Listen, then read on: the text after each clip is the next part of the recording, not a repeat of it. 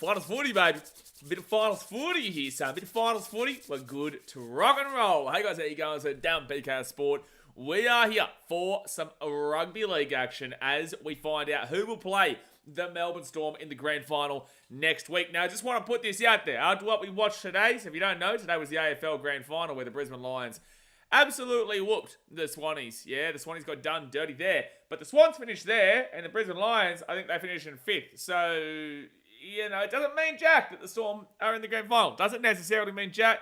One of these two teams can still do it, and definitely that team can still do it if that's what we can see in another cove there. So I'm looking forward to it. Obviously tonight is the Penrith Panthers taking on the Cronulla Sharkies in a game that most people expect they know the outcome. You know, everyone pretty much expects the Panthers to win this game, and then it will be a pretty easy walkover. I'm under a different belief. I do have the same probably tip, but with that being said, I do think this game can be a lot better than people do give it credit for, based on the fact that I do feel like it's going to be closer. And I'll tell you why as I go through this, obviously.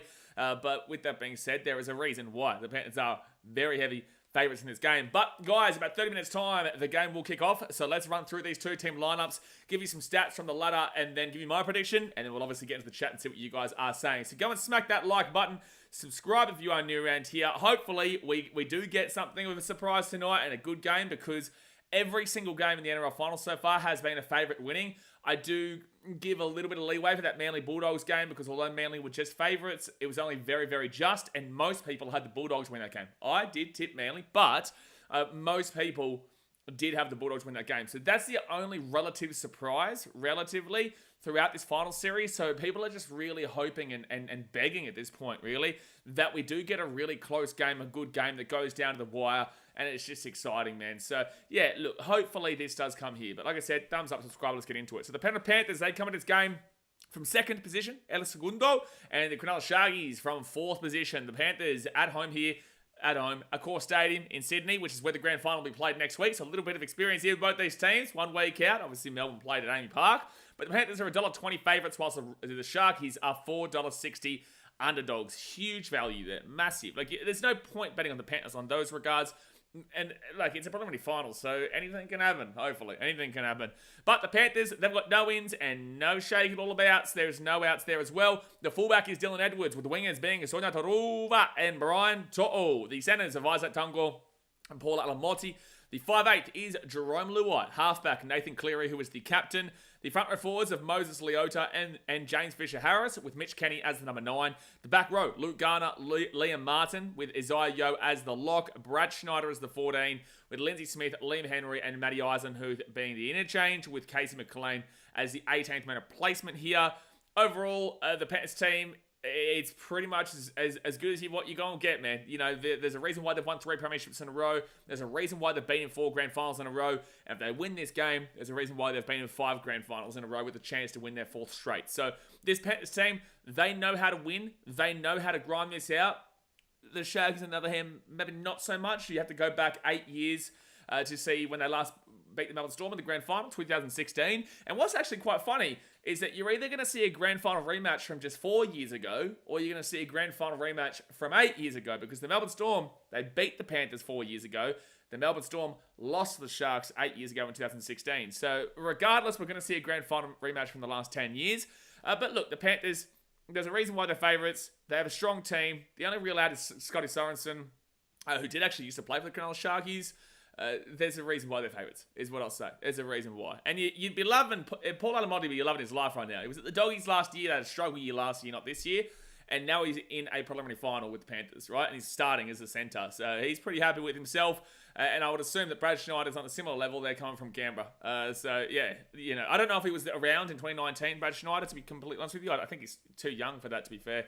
But I'm just throwing it out there. 2 guys there that be loving getting introduced into this Panthers team this year. Now, for the Cronulla Sharkies, Mawene Hiroti is in, and unfortunately, Jesse Ramian is out. There's a big out there. He honestly has a good opportunity to win Centre of the Year alongside Stephen Crichton.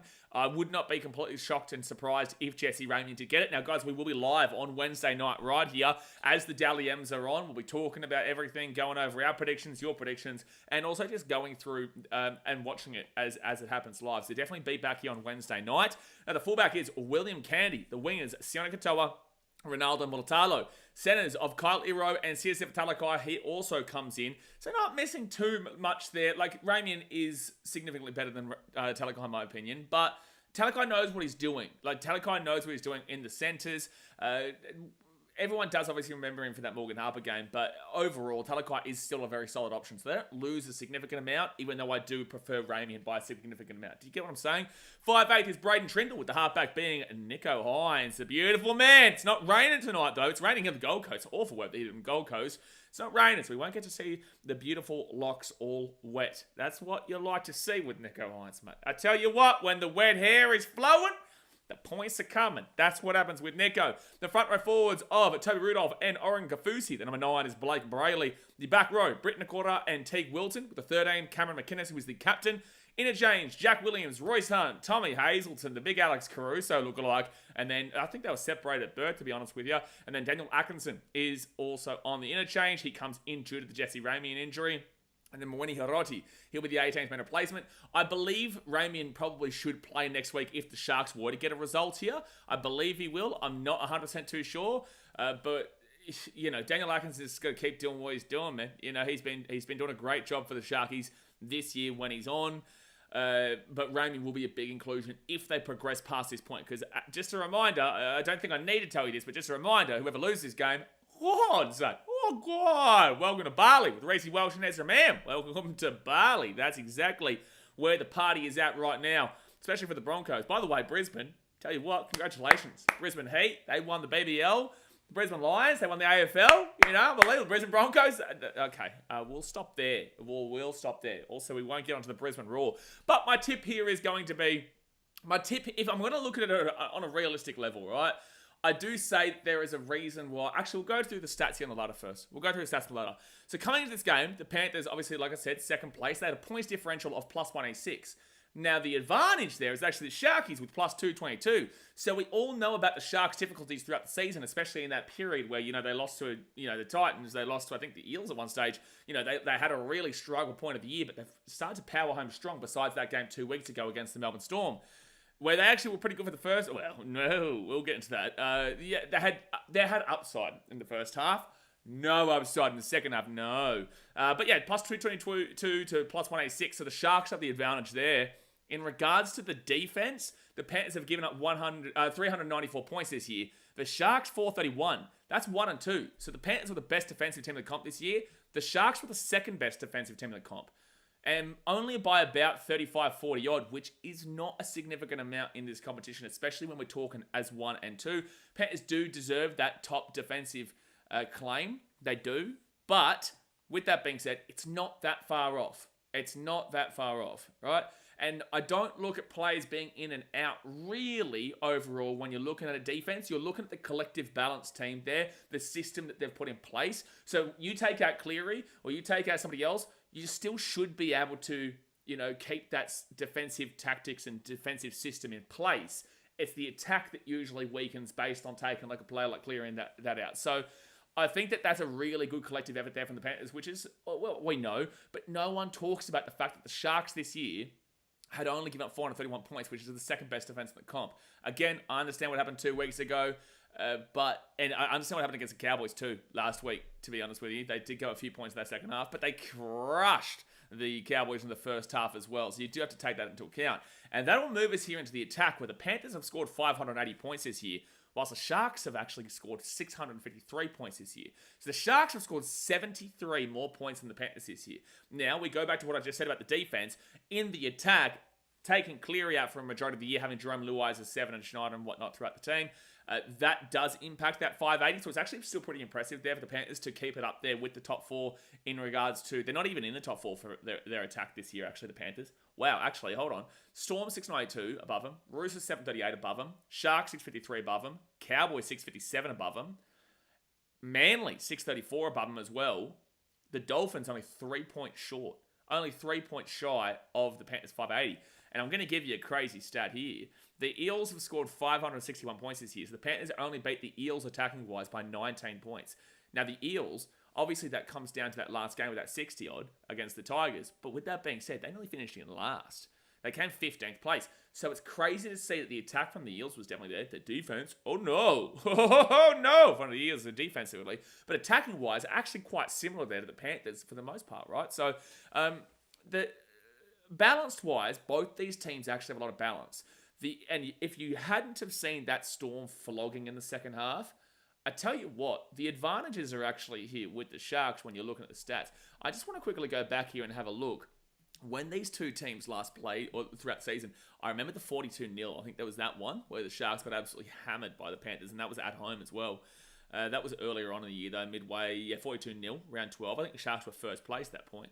I think they were first place that time. Let me just quickly have a look. Round 12, the Sharkies were in first. Yeah, they'd lost 2 games.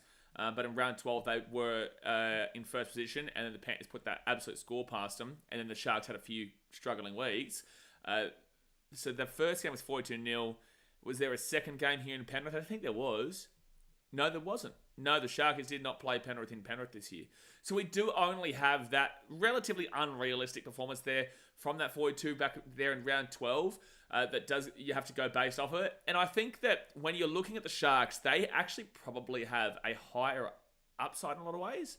But I think that their floor is just bottom dollar floor, right? They can either go really high upside. There is a chance they win this game. If they play to their best ability today, they can absolutely win this game. But if they don't play to their best ability today, they can lose 42-0 like we saw when they lost the Panthers earlier on the year.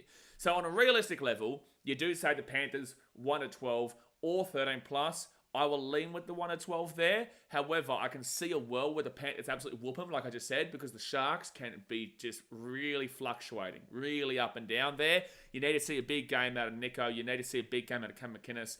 You need a big game here. But you do look at the front row forwards and see Moses Leota versus Fisher Harris and Rudolph versus Oregon Kafusi, and you lead heavily there towards the Panthers. You look at the back row of Luke Garner and Liam Martin to Nakora and Teague Wilton. It's a bit of a wash because Nakora and Liam Martin are on a similar level. I actually have Britt Nakora above, which is might be crazy to some people. But if you look at a long-term season basis across the majority of the games, Britt Nakora is a top 3, top 4 back row, whilst Liam Martin is one of the best at the short spurts. Really different, right? They're different style players. So I think that's a bit of a wash down the back row. Then you go the lock of Isaiah Yeo and Cameron McInnes. I think Isaiah Yeo wins that battle out, but I think McInnes is a very different player to Yeo in the lock department. But I do think that he isn't as far behind as you do think. He just doesn't have the same... I wouldn't say he has the same IQ as Isaiah Yeo in the rugby league game. I think he's tough. I think if you're talking someone that you just want to make tackles galore, McInnes wins that battle out, right? But you do want the extra diverse range that Isaiah Yeo can bring overall. But I think in the forwards battle, you do give it clearly to the Panthers there. This is why I think the Sharks win the comp next year. That's why I think this is 1 year too early. I think that they probably lose tonight. They probably do. But I think that I have them as my number 1 team for next year. I do. And that's because they are missing that really guaranteed quality top 3, top 4, top 5 front rower. Rudolph and Oregon Kafusi are not top 5 front rowers in the league. You know, they'd be struggling to get into the top 20, top 25. And I'm not disrespecting their Sharks. I'm not trying to disrespect them. But I'm just saying that you bring in Adam Fanor-Blake to partner one of those 2 guys there in the front row, and that's going to be a huge addition. You move Trindle to the 7, you move Nico Hines to the 6. You know, you've got a great backline there with plenty of points in them. And I can tell, and you have Britt Nakora, you have Adam Fanor-Blake, you have Cameron McInnes. I'm telling you, I think the Sharks are the favourites to win the comp next year in my personal mind. But I do think that it's 1 year too early. So I'm going to tip the realistic one of the Panthers there. I do. I give the Sharks a hell of a chance here, like a big old chance to upset and get a surprise. But I can see where they get absolutely whooped from the start as well. I can see every world possible except for a Sharks 13 plus. I can't see the Sharks win this game 13 plus. If they win this game, it'll be by less than 6 points, which will be a massive surprise. If they lose this game, I can see them getting a really close loss to a Nathan Cleary field goal, a cheeky little try for 6 points, or I can also see the Panthers winning by 30. That's the Cronulla Sharks for you. But you've got to hold out hope. Look at Brisbane, the Brisbane Lions in the AFL. They started off the season 0-2. They were struggling. They really found it hard. Worked hard to get back into it, and then look at them today. They beat the first place team by about 60-odd points, right? So, Sydney Swans, you're stuck in grand finals. That's a fact at this point. But I'm going to take the Panthers 1-12, give the Sharks a hell of a chance, but I will take the realistic option of Panthers 1-12. Guys, let's get to the chat. Let's see what you guys are saying. 15 minutes to go here until the game does kick off. We will be live for both the NRLW games tomorrow, which is the Sharks again taking on the Broncos in an elimination semi-final, and the Roosters taking on the Knights in an elimination semi-final. So, big old weekend, son. Big old weekend. Not going to talk about the Wallabies game, but we are going to talk about this game. Let's get into it. Daniel Bates, 24-0 Panthers for me. I don't think so. I think the Sharks got way too much attack for a nil. I think the Sharks have got way too much attack for a nil. I can see the Panthers winning 13 plus is what I'll give you there, but I think the Sharks have got a great attack. Like it's both teams can attack and both teams can defend based on the stats we saw through a 27-round season or a 24-round season minus the buys. And the Sharks got a better attack, but the Panthers got a better defense, attack versus defense. But also the Sharks had a great defense, second best, and the Panthers actually got a fifth placed attack. So it's fifth attack and first defense versus third attack. Hold on, equal third to Cowboys, but fourth attack and second defense. It's relatively similar there, to be fair. It is, but then again, the Sharks have 73 more points in them across the season. You got to remove that. Like, you don't talk about the finals. Like, the finals, obviously, they scored a few points versus the Cows last week. But you don't care about the finals. You don't care about the finals. How many else? The Panthers start off with a good lead, and the Sharks try and fight back, but won't be enough. I don't know about that. I think the Sharks have to start this game red hot. I think they have to start like the Roosters did last night, but actually go on with it a little bit more. Because I think the team that's more likely to come back in this one is the Panthers. I think if the Panthers start off red hot and they get out to like a 12-0 lead, 14-0 lead, we're going to be sitting here singing Kumbaya together, thinking, why do we follow this sport? Because it's just boring finals games week after week at the moment. I don't think that the Panthers are going to give up a big lead. I think the only team that would give up a big lead in this situation would be the Sharks, as we saw last week against the Cowboys, who came. Oh, it is raining! Wet head Nico! Wet head Nico! Ole, ole, ole! Wet head Nico! Ole, ole, ole! Oh, the Sharks, they might be back in this now. I tell ya, wet weather can do some crazy things because the Panthers are not great wet weather team. They are not. They've lost the Tigers last year. We know that game. They've lost a few games in the wet weather. This could be set up for a bolter. It could be set up for a low-scoring bolter, which you still probably look in regards to Panthers. But I'm just saying, Wethead Nico, we know it, magician in the wet weather. He's a magician in the wet weather. I'm just throwing it out there. You don't like it? Don't sue me. But you can sue me, but you're not going to win because it didn't say anything defamatory. But Nico Hines, beautiful man. He's gonna get done. Crippy said, if Sharks somehow win this, it's upset at the century and no one can say any less. I disagree. I think the upset of the century was probably Tigers beat the Panthers last year in the wet weather. That would be a good one when they beat them there. There's definitely been some bigger upsets.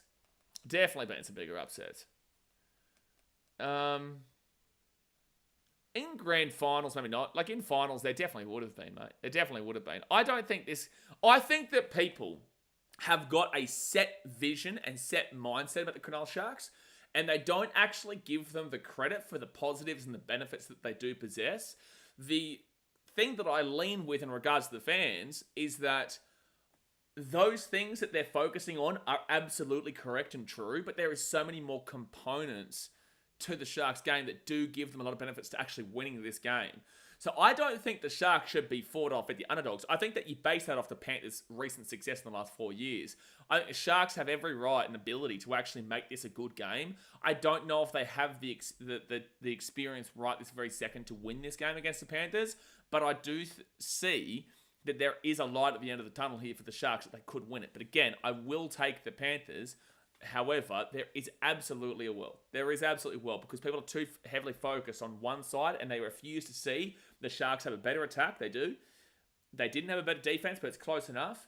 Removing the finals, I'm just saying. And especially wet weather. Wet weather takes a lot of points out of it. So that does probably even it out a lot in regards to that. If the Sharks can fix their defense tonight comparatively to that Storm game and the second half of the Cowboys game, the first half was brilliant, held them scoreless. Then I'm telling you, the Sharks have a red-hot chance here. But again, I'm not willing to put my balls on the line and say the Sharks win. Brett Nesnick says, I can see a similar result tonight for the Sharkies, but I hope they put up a fight. I hope so. Daniel Bates says, when the Panthers click, it's seriously slick, you have to admit. That's cool, but the Sharks, when they click, it's also very slick as well. That goes for pretty much every team. Like, look at the Gold Coast Titans. When they click, they go and flog the Warriors 66-6, the highest scoreline by a team. The most amount of points scored by a team in an individual game this year was scored by the Gold Coast Titans. So that's a point. They came fourth last. So when a team, obviously when it clicks, they're brilliant. But both these teams are top 4 teams. The Panthers ended up coming second and the Sharks ended up coming fourth. Like, they're both here for a reason. People forget that. They look at that Cowboys game, they see the inefficiencies and not the qualities, and they go and look at the Storm game, and they don't acknowledge that there were reasons to why they completely fell apart, and it was their own fault. So if they can get rid of those their own fault shit, like Will Kennedy dropping the ball, like Nico Hines not kicking the ball out on the penalty, like Toby Rudolph not passing the ball when they had an easy try coming down that right-hand side, screaming for a try, and he decides to kick it as a front row forward, which was ridiculous when he had a man on his right and his left. If they can get rid of this stupid shit, which it is, it's stupid shit, and I can tell you right now, Craig Fitzgibbon would have ripped into him and ripped into their team for it. If they can get rid of this, the Cronulla Sharks on their day are also incredibly slick. Braden Trindle was incredible last week. Nico Hines did not need to be incredible because Trindle was taking the job. Now today, you might see Nico Hines take that role and Trindle steps back as the Panthers look to target Trindle to limit him, and the Sharks are able to utilise Nico Hines. People are so heavily focused on their mindset against the Sharks, and that's not like saying it's an agenda or anything like that. It's just I think people only focus on this and they don't look at this, whilst the Panthers, because you've got that 3-4 year track record, people only see them in a good light when they also have slight negatives and inefficiencies as well, just not as much as Cronulla, which is why I say the Panthers can win this game from anywhere from 1 to 40 odd points. The Sharks can win this game from 1 to like 10 points.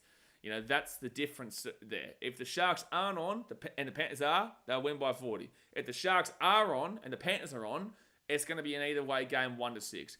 If the Sharks are on and the Panthers are off, then I would say that the Sharks probably by, about that 6 to 10 marker. So overall, it does lean with the Panthers in that regards, but there's no way that that the Sharks should be discredited for what they have done throughout the year as well. Christian says Sharks. NRL Forever says go Penrith. David says, here is a question for you. How the hell do the Storm sound at the cap at the spine they have? Well, look at everyone else. Look at everyone else, man. Let's go through that Storm team, and you'll understand why. They put all their money into their fullback, their 5'8", their halfback, and their hooker, the 4 most important positions on the field. They're not paying Will Warbrick a great deal. They're not paying Jack Howard pretty much anything. Nick Maney wouldn't be on a great amount. Xavier Coates wouldn't be on a significant amount. He'd be on a higher-ish pay packet there for wingers, but I wouldn't say he's on a massive amount. Big Nels is asking for a massive amount, but I wouldn't say he's on an insane. What is he on, like 700k at the moment or something like that? That's still sizable. But then you go to the front row, Josh King, he's not getting paid a great deal. Sean Bloor wouldn't be getting paid. He'd be getting paid basement price based on his Tigers. It's the next contract that'll be the difference, but it's not like Sean Bloor deserves like an 800k contract, right? Elias Katoa also kind of came across on a basement price up from the Warriors, I think it was. And then you've got Trent Loiero on the 13 who's not getting paid a great deal. Tyron Wishart's not getting paid a great deal. Christian Welsh wouldn't be getting paid anything more than like $550.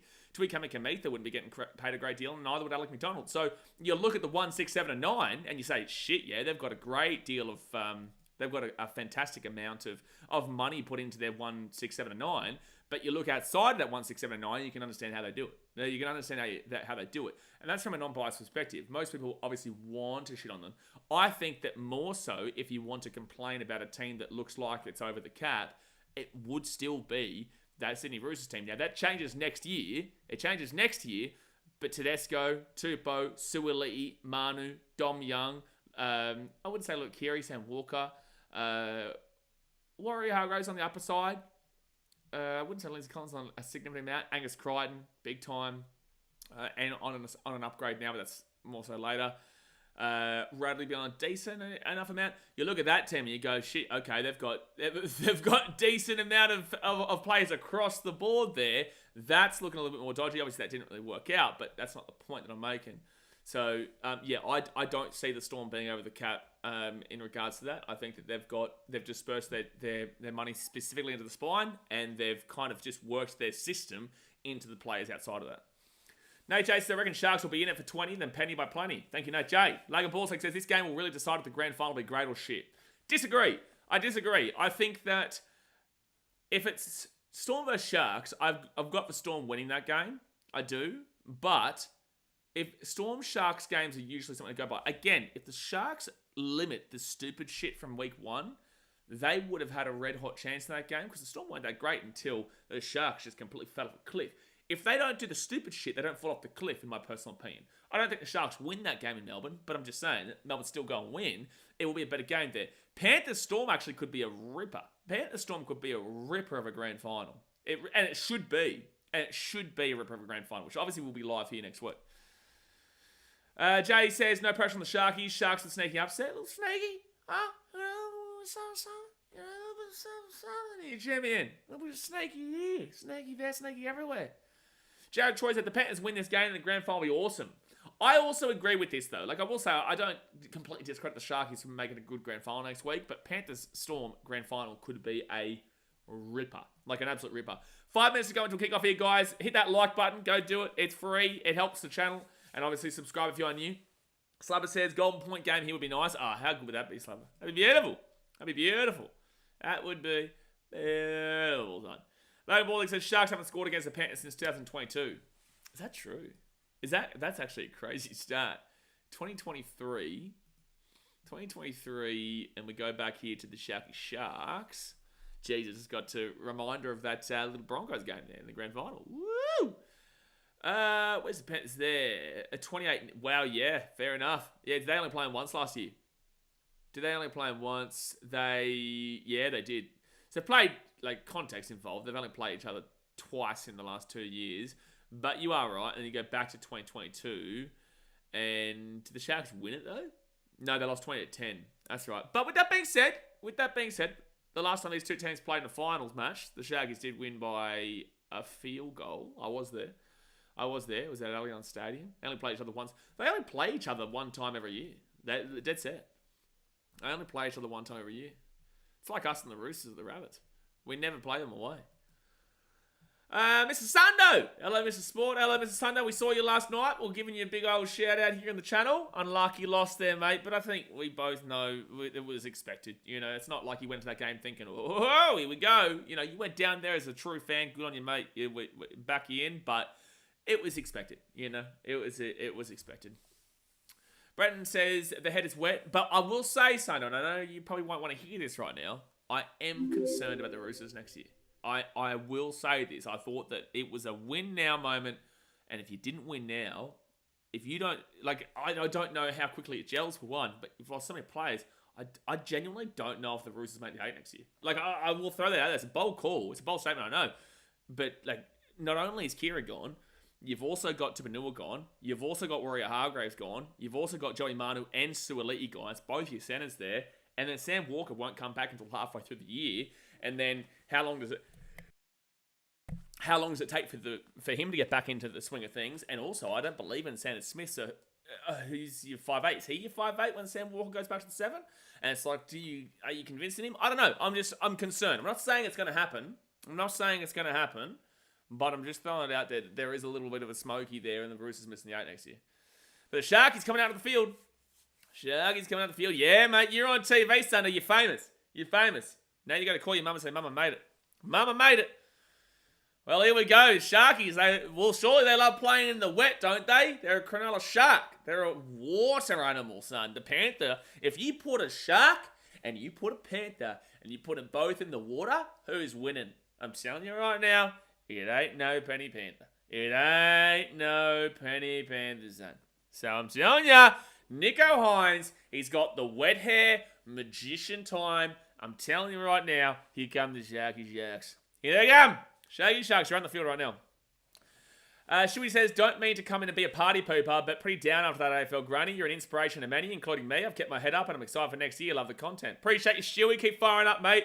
You know, I've been there as a Cats fan. I've been there as a Geelong Cats fan. We're up at half time and ended up getting flogged by Richmond. I've witnessed us lose to Hawthorn, which was a brutal one back in the day.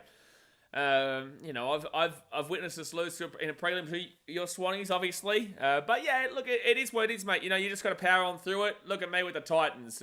Whilst I've had this channel for 8-9 years now, NRL content for 8 years, on and off for 4 years, and then obviously been doing it for the last 4 straight up. I have not had a winning season with the Gold Coast Titans. You remember that, right? So like it's difficult, man. But this is what sport is. It means more. It makes it mean more when you go on and do it because you aren't jack shit without the losses. Without the losses, the win doesn't mean jack shit. That's how I think of it. So yeah, tough one there for the Swannies today. But Brisbane Lions deserved it. They did. And I genuinely do believe, and this isn't bias speaking, but I genuinely do believe either the Cats or Lions, and I said this last week, I think on stream, that whoever won that granny, I did genuinely believe they were going to win the comp. I did. I thought that it was either the Cats or the Swans. It's like in 2010, right? Isaiah Yo walking out here by himself here. Is there a reason for this? Is there a reason for it? I'm not too sure. Oh, he's the highest player at the Panthers for games played, is it? He started as a centre back in 2014. But yeah, what I was going to say was... what was I going to say? I forgot what I was going to say now because it's Yo. He distracted me by being unbelievable. 244 games for the Panthers, unbelievable. He jumps over Steve Carter there. Can't remember what I was going to say to you. Mitchell Vella Sports says, good to see you wake up and fix the NRL ladder. Are you stupid, Mitchell Vella Sports? I'll go put the Titans up the top now if I really want to, you muppet. Say it again. Say it again in the comments section, and I promise you the Melbourne Storm are gone. I promise you. I guarantee you the Melbourne Storm up there, gone. If you say that again. Gone. Gone, mate. I tell you, why would you be so silly, man? Jared Choi says, Stewie, I missed the game. How was the halftime entertainment? I don't think Stewie was sober for the halftime entertainment. And also, it would have been before the game as well, Katy Perry. Which wasn't bad. She's hot. Jared Choi says, Stewie, I missed... Oh, I read that comment. Not just in pop music, I love it, but you want a song that'll get you on your feet to start a granny? Should have got me singing. Should have got me going out there. All right, Panthers are out the field here, guys. Give us your predictions in the chat right now. Smash that like button, subscribe. Tell us who you think wins. Tell us who you want to win. And wet weather footy. Let's see how it cracks on. Still wish you could have streamed last year's grand final. Would have been crack up to see all the Broncos fans happy and laughing and going to being depressed. Well, at least you got me going crazy in the core. I was there. I was there. I was firing it up. Have Roos haven't made any signs for next year just yet, Logan? Wet Nico Logan, exactly right. Biggest Dargans fans, the Panthers 30-10. Here we go. Oh, they could have played this at Combat, yeah, but like it's a decent enough crowd. It's not horrible. It's not great though. But the game has been kicked off. Kennedy gives it up to Kafusi and Bushka. Kafusi right into Luke Garner. Like I said, Liam Garner, but Luke Garner. Now Talakai, he'll bring this ball here to the 20 into his second tackle. Peter Fatu says, "Good morning from the UK. Go the Shargies. But son, welcome, welcome. My mum in Fiji right now. She'll be getting crazy behind the Sharkies. She'll be getting crazy behind him. Mulatalo. No, that's not Mulatalo. It's Britt Nakora. Britt Nakora there, 4 tackle to the 40. My mum is a massive Sharkies fan. I'd love to see them get up for her. And obviously, I'd love to see them get up just for the surprise factor, right? So the Sharkies, they go left-hand side to Braden Trindle. And Trindle kicks this ball down to the Panthers at the 18. I just realised this. The Sharks are the last team outside the Panthers, Roosters and Storm to win a grand final.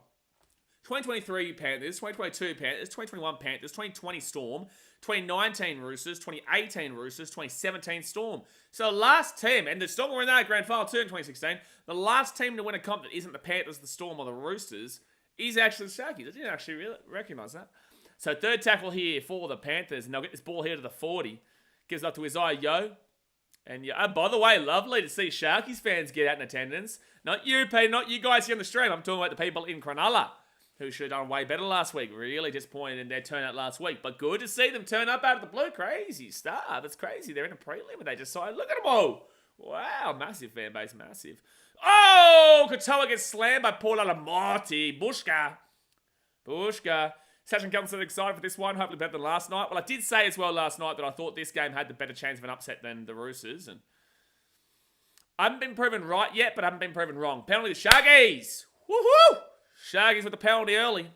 That's a massive hit from Paul Alamarti. Massive hit. Beers Man says, I'm looking forward to the battle of the forwards like Martin and Nakora and Talakai. Well, Talakai is a centre, but yes. I know what you mean, though. Davo says that Tiger forward the Storm picked up for next year's season, Stefano Wutukomanu. How does he get into the team with the forwards they have? Well, Nelson's looking elsewhere as well, but also I think that Stefano Wutukomanu is going to either utilise him at the bench. He's not getting paid at... he might be getting paid actually quite a bit, to be fair. But I'd put him over Josh King. I'd put Josh King off the bench. Second tackle here for the Sharkies at the 43. They go left-hand side to Trindle. Trindle off to McInnes. McInnes here to Wilton. McInnes should have ran that himself. Sexy Lee says 0-0 game. What a defensive game so far. Thank you, Sexy Lee. Trindle gives it off into Will Kennedy. And Kennedy. Oh, he might go over the sideline. Yeah, he's over the sideline. Well done, Panthers. Good stuff. He didn't hit the ground. It's a fine tackle. Oh, Biffo. Biffo!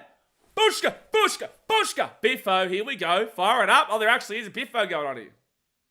Biffo. Biffo. Davo, I can very clearly tell that you hate the Melbourne Storm, mate. But it's not as bad as you're making it out to be. But there's a Biffo here. They're all fired up right now. Mr. Trim, are you on live chat or are you that far behind? 1, 2, 3, 4, 5. Tell me how many fingers I just counted. Surely I'm here. Am I not live? Surely. It's not that far behind, is it? Or is it like a long way behind? Do-do-do. Do-do-do-do-do-do-do. Panthers get this ball here to the 40. I want the Sharks to win because Sharks are my favourite animal, but Panthers will win. I might be behind in regards to the game, am I? No, I'm not. 4 fingers in the thumb. Thanks, Jay. So you guys are still about 10, 15 seconds behind me. But with that being said, yeah, no, I'm on the live chat. I was just going back prior. So go right-hand side. Desire Yo off to Nathan Cleary. Cleary gives it off here to Olamo. No, Isaac Tungo. And Tungo's going to get taken down here at the 42. Biggest Darkest fans, BK, do you agree this has been a shitty final series with all the blowouts? Yes, I do agree with that. But also the better teams have won. But yes, I do agree that it hasn't been the most exciting. Fit tackle here with the Panthers at the 35.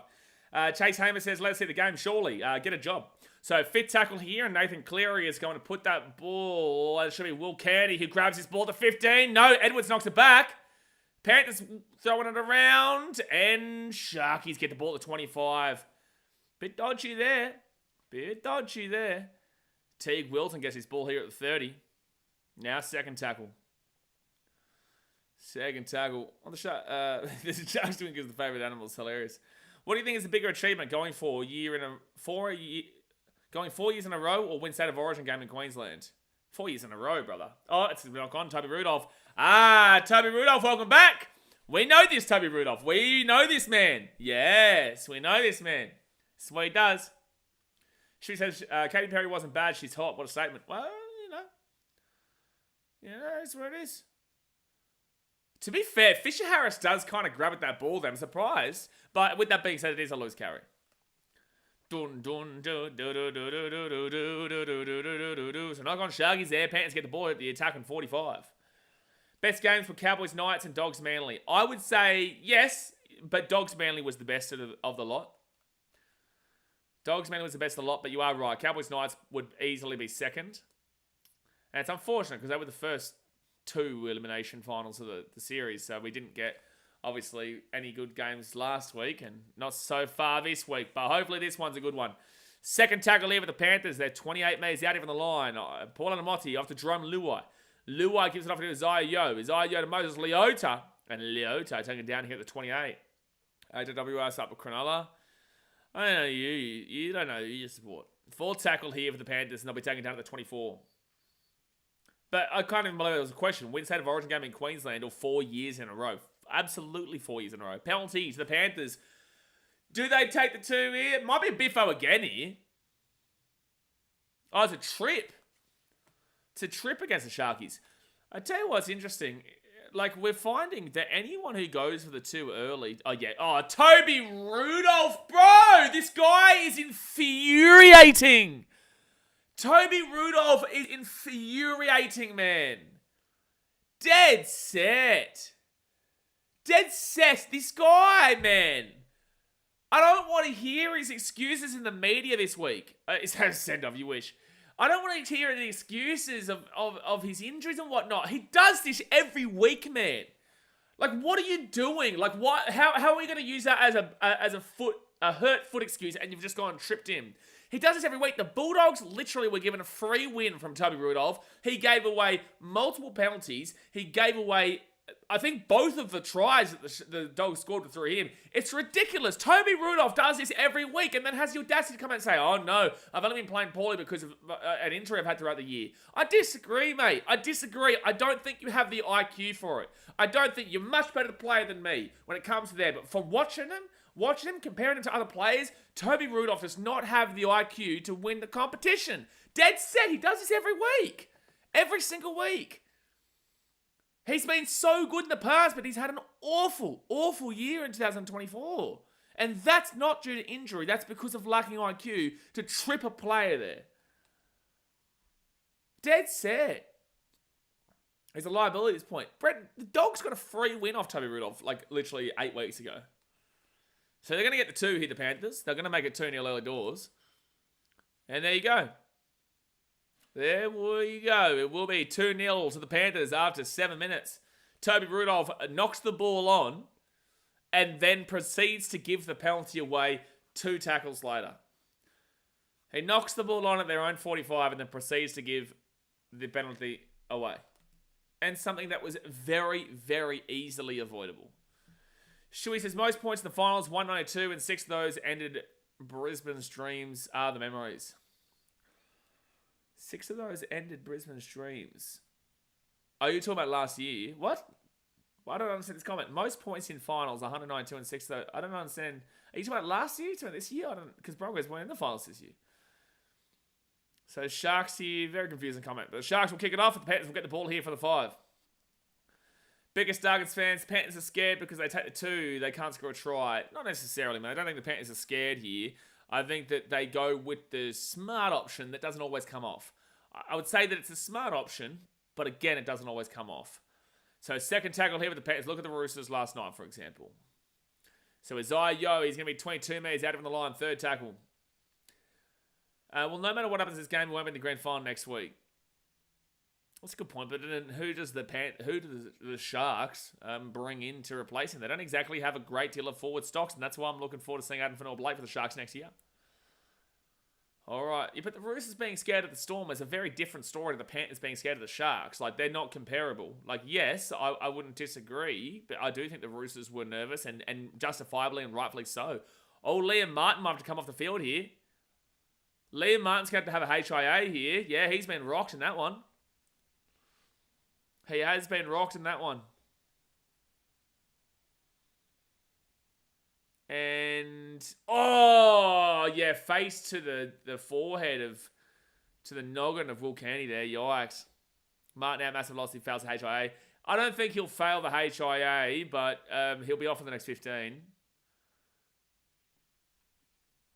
Brent, as I say, going live on the TikTok tonight. Oh, that's a good point, actually. I probably should do that. I forgot to do this.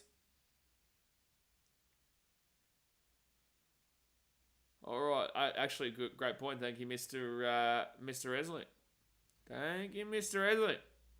All right, so Liam Martin will come off here for his HIA. Live. Yeah. Live. And we're going to change the name of this. So this is a good time to do it as well, actually, because there's that injury. Panthers, Sharks, elimination. There we go. Done. Tiki-toki. The tiki of the toki. Go live. There we go. All right, Sharkies with the ball here at the 40. It's going to be third tackle now, is it? Yeah, third tackle at 40. Get up to Will Candy. Will Candy off to Cameron McInnes, and McInnes will be at the 50. Someone says, isn't a trip classified as a professional foul and then a sin bin? Could be wrong. Was, but we've been seeing throughout the year, there has been, people just haven't been getting binned for sin bins. Look at that Roosters Storm game earlier on in the year for an example of that. Tedesco clear trip, but they just aren't calling it. They're calling it a penalty. They're just not calling it a bin anymore. Edwards gets the ball, and he's going to bring this out here to the 25, gives it off here to Brian To'o, and To'o taking down to the 30, first tackle. 30 minutes gone here, guys. Hit that like button and subscribe. 30 minutes gone, and the Panthers will be second tackle at their own 40. Logan says, if he gets an 11-day stand down, it evens out the grand final with Nas also being out. That's if Panthers win tonight.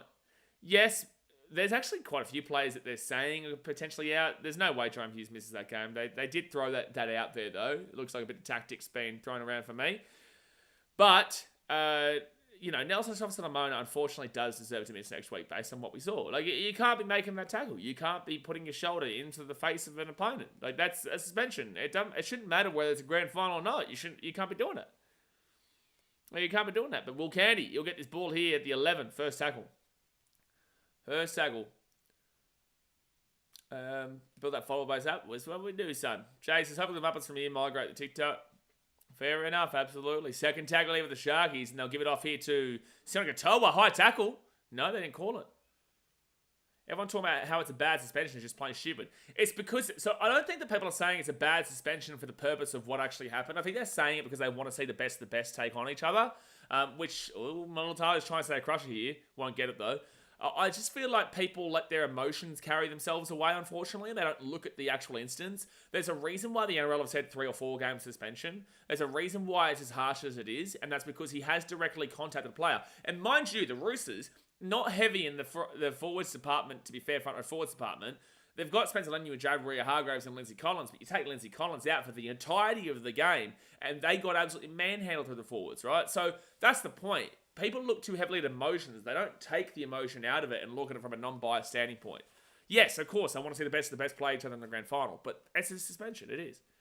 It's a suspension, sorry. Brandon says you wouldn't say that if it was the Titans and 10 for a grand final. Absolutely not. No, I wouldn't. I'm not, but that's not the Titans. Roosters fans, the Storm fans, I get it. But for everybody else, you look from a non-biased standing point. As a Titans fan, I would absolutely say, no, I want to see 10 play. But the same goes with the Storm. But outside of that, for everybody else, you should be able to come into it with a clear mind to acknowledge that absolutely should be a suspension. Absolutely. And also, if Tino did do it, I've argued against my own team many times. I disagree with you. I would say I really desperately want Tino to play that grand final, that finals match, but there's no way that I'd say that he should be getting off on it based off of what we saw. There's a difference. Getting off on it from what we saw and wanting the person to play for the best product possible for the NRL can offer, they're very different things. Anybody who watched what we saw last night, there's no way you can argue that isn't a suspension for 3-4. We're 40-20, 10 for the Sharkies! Oh! He's knocked it back inside. Sharks are coming hot! Oh, the Panthers will get it at 3. Really risky stuff there from Dylan Edwards and good chase from Sione Katoa, but great work from Sunday Todorova to get back. Gee whiz, that was close. Gee whiz, that was close. Second tackle here with the Panthers. So, Brunjo, you can argue all you like, but you know exactly what I'm saying. So, third tackle with the Panthers there at the 10. That's a great kick from Trindle, by the way, and well done, Edwards, but risky play. Risky play, but the Sharkies get a bit of momentum there. You can hear the crowd getting up and at them. Where were they last week? Shuey says, we'll say, though, May assaulted someone and got off. But that's the inconsistency of the NRL. That's not what I'm talking about. That's the inconsistencies of the NRL. If you're looking at the inconsistencies... Is that a knock on? No, close. Jeez, that was an awkward set there from Panthers. That's different, right? I'm arguing based on what we saw. The NRL is inconsistent and could do either way. If they're going to be consistent, then sure, yeah, okay. Nelson deserves to get off the grand final based on that Taylor and May incident, right? That's not what we're saying. So first tackle here for the Sharkies, and Ronaldo Militalo now. Second tackle, bring it to the 40. Take a bow, Edwards. Yes, but risky. Like, take a bow because it worked out in the end, but also very risky. Also very risky. So third tackle of the Sharks at the 40. McKinnon gives that back into Nico Hines. Hines gives it to Talakai. And Talakai will get this ball to the halfway point. Do you think Trindle should be the 7 next year and Nico gets the 6? Kieran, I've been saying this for literally 3 years. That Nico should be a 6. I've said ever since his Storm days that I think that he's a better 6 than he is a 7. Ever since he came from the Storm playing fullback, I always said, watch on YouTube, I've always said, I think that Nico Hines is a 6. I think he's a 6. A 6. Sharkies chasing it through. Knock on Sharks. Panthers ball at the 15. Get it across here to Sunday Todorova. But the Sharkies are getting up and about at the moment. Getting up and about. Should we seemed a bit like favouring Penrith where the money in 2022. Yeah.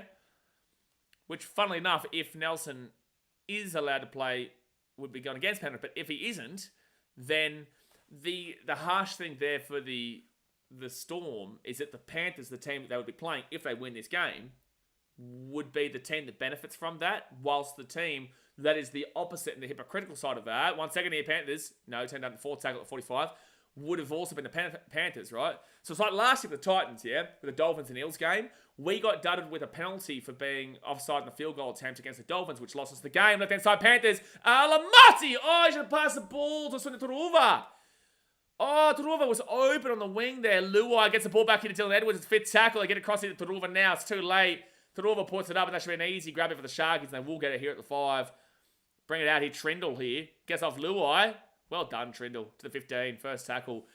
And then the week after that Dolphins game, the Titans got done it against the Eels, where we should have received 2 penalties for the offside on a field goal attempt from the Eels. And the NRL apologised for that one, but we got dudded for the same thing that we got dudded for the week before on the opposite side of the scale. And that's the same thing that would happen here if Nelson is not allowed to play against the Panthers. Panthers would benefit from that and then benefit from that on the 2 opposite sides, which is just tells you the state of the NRL officiating. All right, so halfway point here. Tigers get top 8 next. No. So right-hand side, fit tackle. That's emotion talking. Her Sharks will put this ball down here for the Dylan Edwards Panthers at the 10. This is looking like it's a good game unfolding here. Taruva nearly knocks that ball on, but he does grab it here at the 13. That was more Edwards' fault than his, though. Logan says, the inconsistency pisses people off. The inconsistency is the issue. That's the issue. If they call one thing one way, then call the other thing the other way. It's just as simple as that. But the issue is that they do have the 2 completely opposite sides that because of perspectives and opinions and whatnot. And it's a penalty to the Sharkies, I think. Whoa! I'd take the 2 of them, the Sharks. It's a Cronulla penalty here. So I think he said offside against the Panthers. Well, I'd take the game for 2-2. Yep, that's exactly right. Especially in the wet weather. I'll take the 2 here, make it 2-2. Offside position. So get the offload there. And then, yeah, they get it to a player that was offside. He was in front of the play the ball. That is the correct call. Great camera work. Couldn't even see what happened. Very cool. Very cool. Miss Freak Show says, yet. What do you mean, yet? Michael Maguire said he wants to coach Brisbane. I don't think he said he wants to coach Brisbane. He said he's open to the negotiations, And he's talked with the Bronx, but no deal's happened. I don't think he said he wants to. I think he's open to the negotiations. All right, so Nico Hines right in front to make it a 2-2 ball game. Shouldn't be missing this. Should not be missing this. No Green Acres. It's emotion talking. Nico Hines will make it on through. Somebody's had 2-2 ball game after 18 minutes gone here. 2-2 ball game. The Sharks, besides that Toby Rudolph ridiculous idiocy that we saw in the first few minutes, have actually been really solid so far. Which is what I was saying before the game. Doesn't mean it goes on from here, but the Shark is well and truly in this game. Logan says, wonder how Brisbane would feel having a New South Wales coach there. Well, they're the ones looking out for him. They're the ones going for him. I don't know about the fans, but the fans won't give a shit. If they win a comp, or they can win a finals games and get into the finals consistently, then they don't care who's there, you know? He's not like a direct rival to him, but obviously he did hurt the feelings of Queenslanders, including myself this season, with the Origin, but no. If you can go and win a comp with a team, who cares who it is, really? As long as it's not like, for example, 99% of teams would want Wayne Bennett. Like, I nearly wouldn't want Wayne Bennett to be the Titans because it would all go to him and not, like, the club. Do you know what I'm saying? Like, it's a bit of a weird one there. He's also a big rival. Like, the Cowboys wouldn't want to win a comp under Wayne Bennett, even though he's one of the greatest coaches. Do you know what I'm saying? It's a hard one. But with that being said, for the majority, Broncos fans won't give a shit. It's not that kind of rivalry. So right inside, and people get over it over time anyway. Cameron McInnes gets the ball to the 42. Off to watch the mighty Storm at Sydney next week. Let's go. Good luck, Dallas. Good luck. Well, you're waiting to see who you play right now. And that will bounce out around the 35. Yeah, about the 35, 36 or so. So Panthers ball here at the 36. I tell you what, Trindle has really come into his own after his issue this year. Like, I can't hide from it and not say it. Trindle has had some significant issues off the field, and he was seeing on the field issues as well. But gee whiz, has he come into his own ever since. He's really had a good back end to his year. He's a very solid coach, but I think the Broncos roster is just so cooked. I agree. I don't think they've got a backup plan for Adam Reynolds. I think they're about to go through a mini rebuild. Not a massive rebuild, but they're also going to lose guys like Staggs and Cobbo, probably both of them. And they need to figure out what they're going to do post Adam Reynolds, because Kobe Black's nowhere near ready yet. Nowhere near, and they just don't have another halfback that can really... Jock Madden's not the answer. So 20 minutes gone here, guys, on YouTube. Hit that like button. Subscribe if you're new around here. On TikTok, double tap the screen and obviously follow if you're new. 4 tackle here for the Panthers. Mitch Kenny off to Isaiah Yo. Isaiah Yo to Jerome Luai. Jerome Luai, short ball, Garner. Good tackle there by Nico. Good tackle there by Nico Hines. They get off to Luai. Luai steps from the inside here. Space on Fifth. Fit tackle, buddy. It's fit tackle, buddy. Gets the offload away to Mitch Kenny. Kenny kicks it through. Kennedy grabs it. That was awful. Kennedy away here. He's at the 30. 35. Oh, great run by Will Kennedy, though. Sharkies are on here, son. I'm telling ya, Sharkies are on here. Second tackle at 42. When Reynolds leaves, I think they'll be fighting to get out of the bottom 4. Oh, it's a big call, but like it's not necessary. Like we don't know what happens 2-3 years on the track, especially under a new coach. You just don't know. Blake Brayley, brilliant run here to the 40, the 35. 4 tackles. Sharkies are at the 35 now. Here we go. Thank you, Max Jones, for following. Appreciate you, brother. Will Candy off to Nico Hines. Hines here to Trindle. Trindle at the back here to Nakora. Nakora! Oh, great tackle in the end by Polalamotti. Fit tackle there for the Sharks. Attacking opportunity right now. Trindle puts the ball up in a good area. The Sharkies chase it through. Nico Hines! Sharkies under the post. Let's just look at this ball in the air first. They're going to say an escort from Nathan Cleary. I 100% agree with this. I did see this. I do think the Sharks do knock this ball on, but I do think this will be a penalty to Cronulla because I did see Cleary come off his line to block the run of Molitalo. Is it Molitalo? And yeah, definitely an escort from Cleary. Absolutely. And then we just have to see if Molitalo knocks it on or not, which I'm pretty certain he does.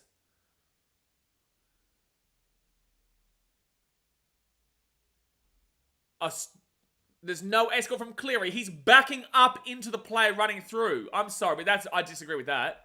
That's a knock on there from Molitalo. I'm sorry, but Nathan Cleary is deliberately backing up into the line of Ronaldo Molitalo there. Hello? How is that not a penalty? That's not Ashley Klein's fault. That's the bunker's fault. Nathan Cleary is deliberately backing up into the line of Molitalo. He is not competing for the ball. That is absolutely a penalty. It's not a bin or anything like that, but it is absolutely a penalty. You cannot deliberately back up into the line. Liam Martin's about to come back on, by the way. You cannot. You cannot. Grant Arkansas, I disagree with you, Vicar. Well, that's fantastic. But you can clearly see that Nathan Cleary was backing up into the line of the runner of Ronaldo Molitalo. Very evident.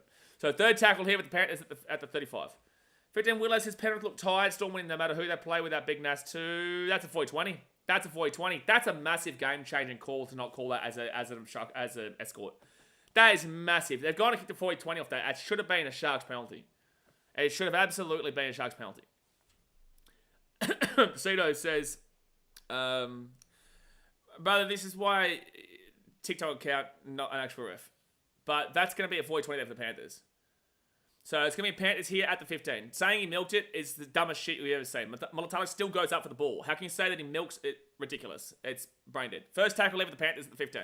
Isaiah Yo now gets the ball off here to James Fisher-Harris, and Fisher-Harris is going to be 8 metres out of the line. Someone saying they milked that doesn't understand the concept of rugby league whatsoever. So second tackle now, Nathan Cleary up to Edwards. Edwards gives it off here to Isaac Tungon. Tungon is going to be 10 metres out of the line, third tackle. They go left off to Moses Leota. Leota will be 5 metres out now, fourth tackle. Fourth tackle. They give it out to Mitch Kenny. Mitch Kenny here to Nathan Cleary. Cleary, short ball. And I tell you what, man, it's so frustrating. They will score the try there, the Panthers. They will. But again, it completely comes off the back of not calling an escort from Nathan Cleary backing up into the Sharks play, which would have probably put the Panthers down 4-2. Instead, now the Panthers will go up the other end of the field. That's what happens. That's what happens. They don't make the call. Cleary kicks a 40-20 because he's the best player in the game. And then they just score a try. You know, it's just as simple as that. It's just as simple as that. Absolutely brutal for the Sharks there, Lucas. Absolutely brutal for the Sharks there. Nah, it's not 4 pass. No way is that 4 pass. It's under. No way. No way. That was flat for mine. That was flat for mine. There's nothing wrong with the try. It's about how they got there that's the issue for mine. There's nothing wrong with the try itself. It's about how they got there. You reckon Big Nelson gets suspended at the judiciary? He should be, David. He should be. Should be. So 16.5 minutes to go here of the first half. The Panthers do take the lead 6-2 here. 6-2.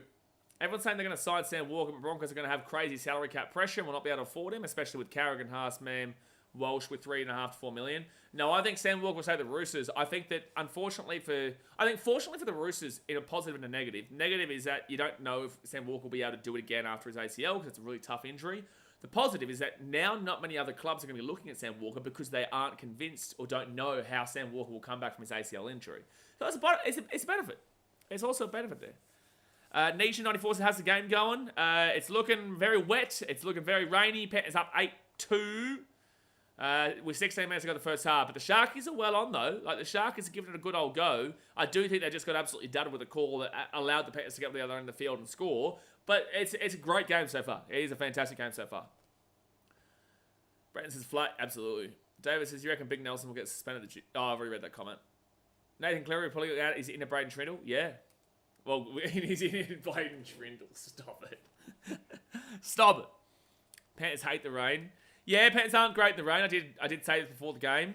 You know, and it always brought back the defensive grind here, which both these teams defensively, for the most part, are very, very good. Panthers are a significantly better team on a consensus rating, but the Sharks were the second best team defensively this year through 24 rounds.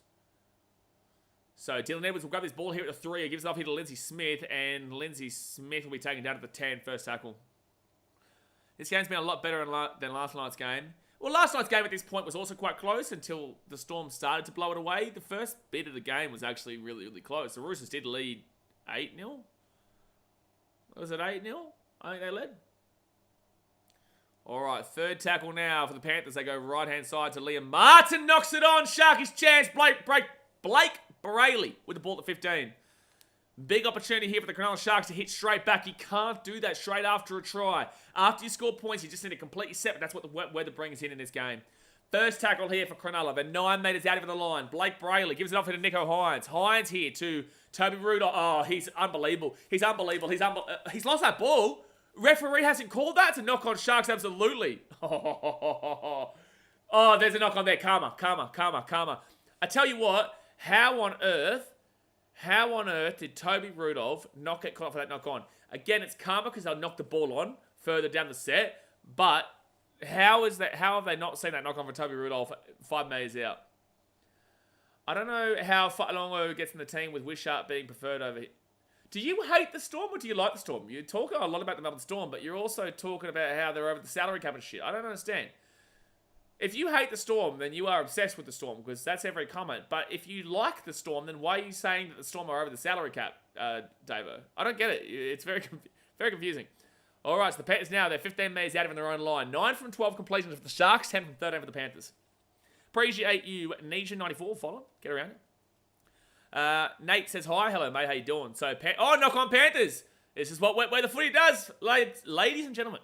Oh, they're calling penalty here. Are they called penalty, or are they just saying stop the clock because of... No, they're just saying stop the clock. So here's a knock on Panthers. It's always confusing whether they're blowing penalty or if they're just blowing the clock off. But it will be Sharks ball here. Where the footy. Where the footy. Fellow GC Titans supporter, get around you, brother. Get around you. We love you. We love your support. We appreciate you. But this is a massive attack and set here for the Cronulla Sharks.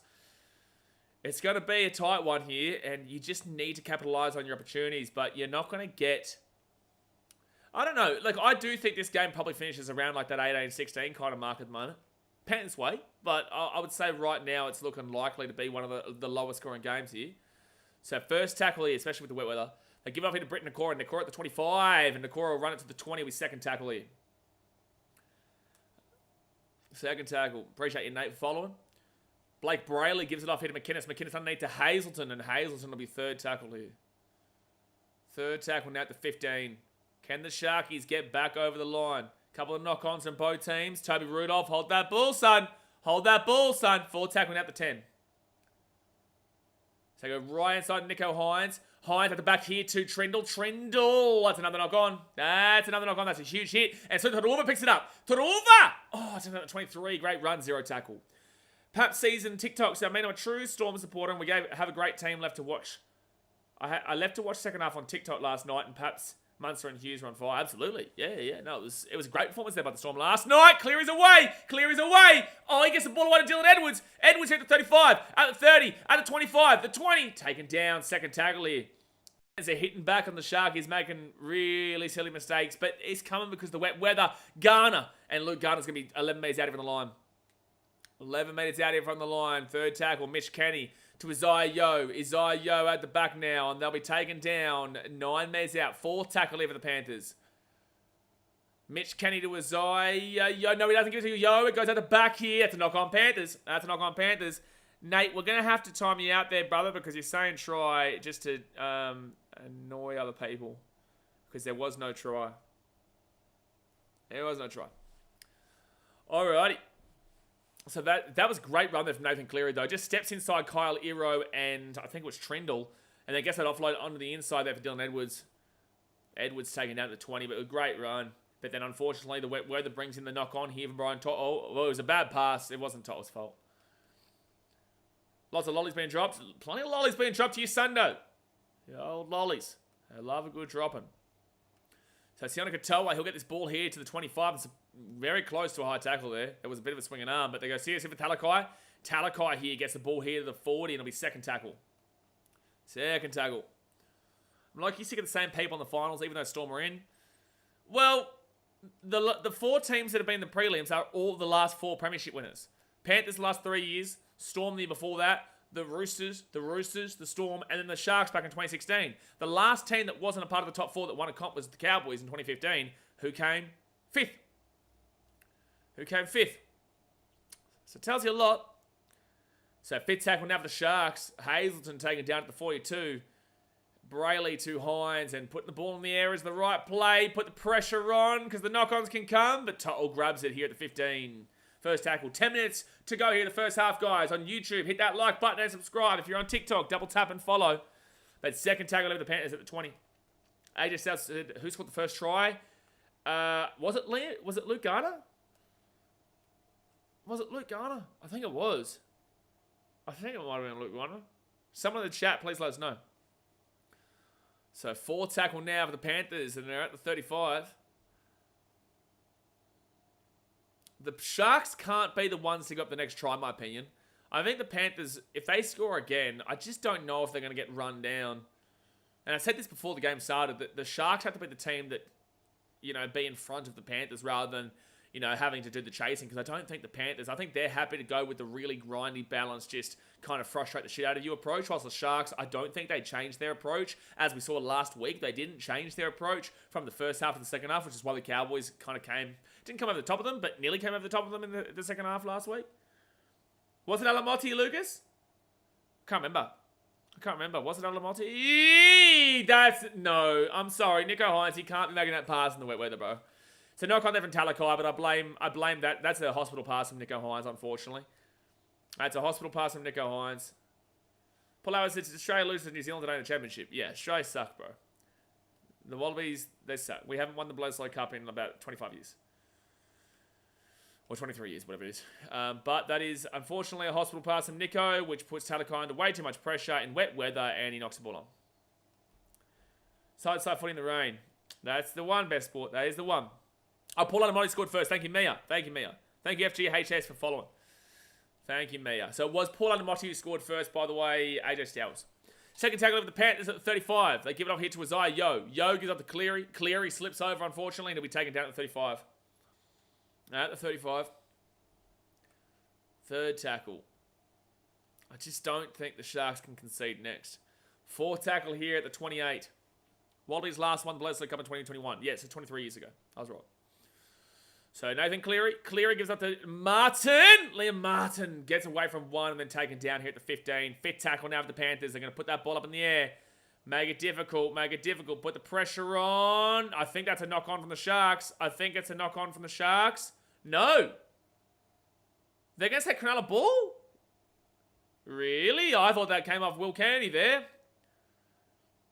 Oh, good defense here for the Panthers, but I'm pretty certain that was a knock-on there from the Sharks. So there's actually, I think Liam Henry's got blood coming out here. Yeah, knock-on Sharks, surely, Sunder. I definitely thought that was a knock-on Sharks. Oh, what's happening here? Oh, it must be just like a concussion or something here for Liam Henry. I didn't see. He's going to have to come off here for a HIA. Liam Martin passed it. I would assume Henry passed it too. Yeah, his head just unfortunately gets put into a bad position on the tackle, and He's going to come off here for the next 8 minutes, plus also first 7 minutes of the second half. Actually, I don't know that. That's actually a question that I have for you guys. If you get a HIA with 5 minutes to go with the first half, do you get to carry that 15 minutes into half time, or does that mean that you can't come back for the extra 10 until 10 minutes into the second half? I would assume that you would be allowed to play straight away in the second half because 10 minutes goes by in the halftime sheds. But that's why I'm asking you. I'm actually not too sure on the ruling on that. So the Panthers will get the ball here at the 15. And Dylan Edwards to the 25, the 30, the 35. Strong run back. I think it carries through halftime. I don't think it carries, Brenton says. Well, can we get it together, ladies and gentlemen? Pretty sure halftime counts, Lucas. I would assume that it does. I don't know if I've seen it. Not sure if I've seen it. Penrith Storm Grand Final. It's looking likely, but with that being said, it's only a 6-point game here with 7 minutes to go in the first half. Yeah, because it's not like a sin bin. No, that's what I'm saying. I agree. I would assume that. I didn't know. Edwards here to Martin. Martin forward pass. That's forward. Hello? Referees, bro. You missed the knock-on from Will Candy before. That's definitely forward from Liam Martin, but okay. Forward tackle here at the 18. And 6 again they've called. That's a huge change in call again, man. Referees missing a lot of interesting calls here. Alan Motti taking out the 11. They've called a penalty. Oh, it's a biffo. What's going on here? I tell you what, Ashley Klein has 0% control of this game. 0% control of this game. We are seeing knock-ons from the Sharks not get called. We're seeing forward passes and knock-ons not get called from the Panthers. We're seeing a player not get done for an escort that led to the Panthers try. Both these teams are being... That's definitely a late hit there from Talakai. That's absolutely 1,000,000% a late hit from Talakai on Jerome Luai. This could be a bin. This could be a bin for Talakai. That's dumb. That's really stupid. He had time to get out of that.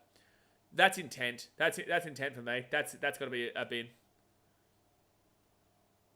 It was late. He had time to get out of it. It's just a penalty. I disagree with the officials in this game. I disagree. That's a bin. Mr. Freak Show says, I believe so, but Ashley Klein hasn't called it. That was definitely late. They had plenty of time to... They're going to go for the 2 here. It's a smart play for the Panthers to make it 10-2. There's 6 minutes to go in a wet weather game. You take the 2 in this situation every day of the week. Every day of the week. But I just do not understand... I just do not understand. Twice knock on with the Sharks not called. Logan, let's not pretend like the Panthers didn't just clearly throw that ball forward off of Liam Martin as well. But yes, there has been multiple calls in this game against both these teams that just aren't being called. It's not necessarily an easy one, but Cleary gets this, surely. Cleary gets this for sure. Whiplash Sunday says, yeah, it's definitely a late hit, man. It's definitely... he has time to get out of it. Like, that should be a bin that's seriously for that guy. It should be.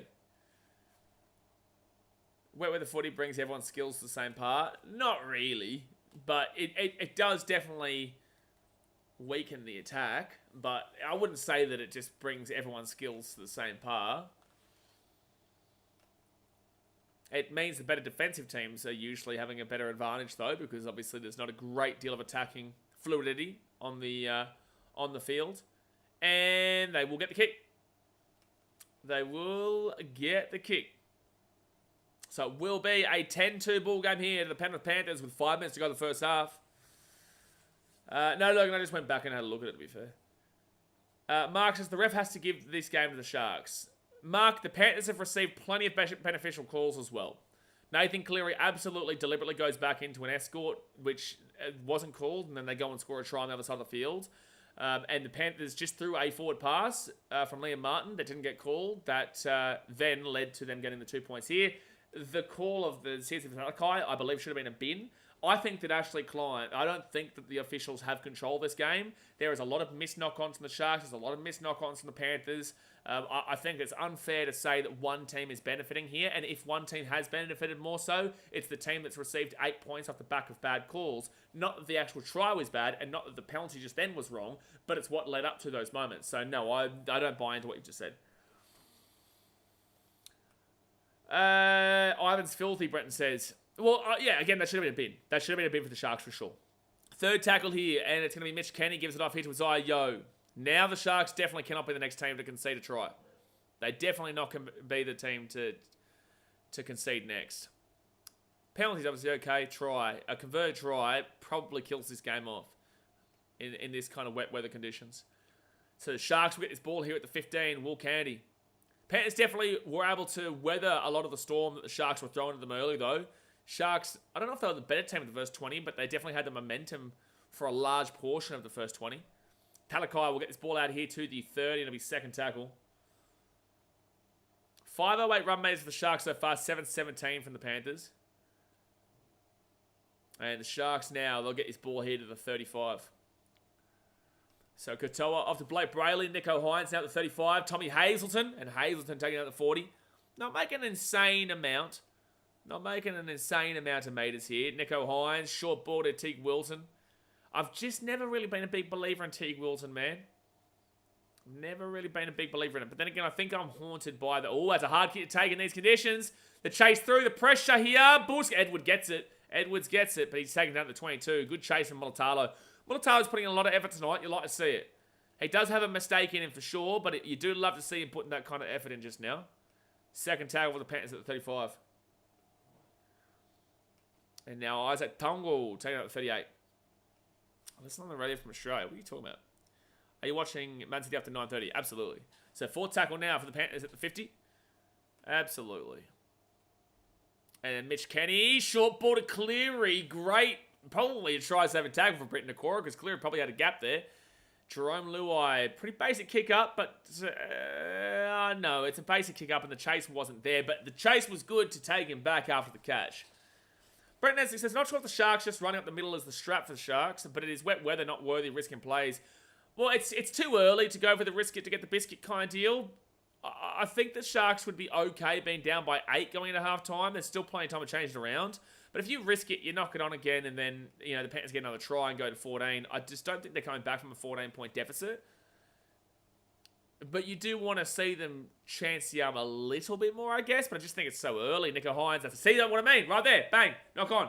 That's what happens. That's what happens. They chase the risk, and the play was there, but the play didn't come off. And if the Panthers score here, you'd nearly argue it's game over. If they go and convert a try here, it's nearly probably game over. All right, so right-hand side now. It's going to be Nathan Cleary. Cleary goes up to Edwards. Edwards at the back here. Right-hand side. Brian Tuttle tripped up there at the 10. Second tackle here. This is like season on the line stuff here with the Sharks, in my personal opinion. 45 seconds to go here the first half. They're going to hold this shit out like they love. Depends on it. Nathan Cleary to Isaiah Yo here to Jerome Luai. Luai kicks it on through, and it will be Sharky's ball here at the 3. Panthers, they risked it. It didn't work out, but they're also in a position where they can kind of do that shit, especially with 31 seconds here.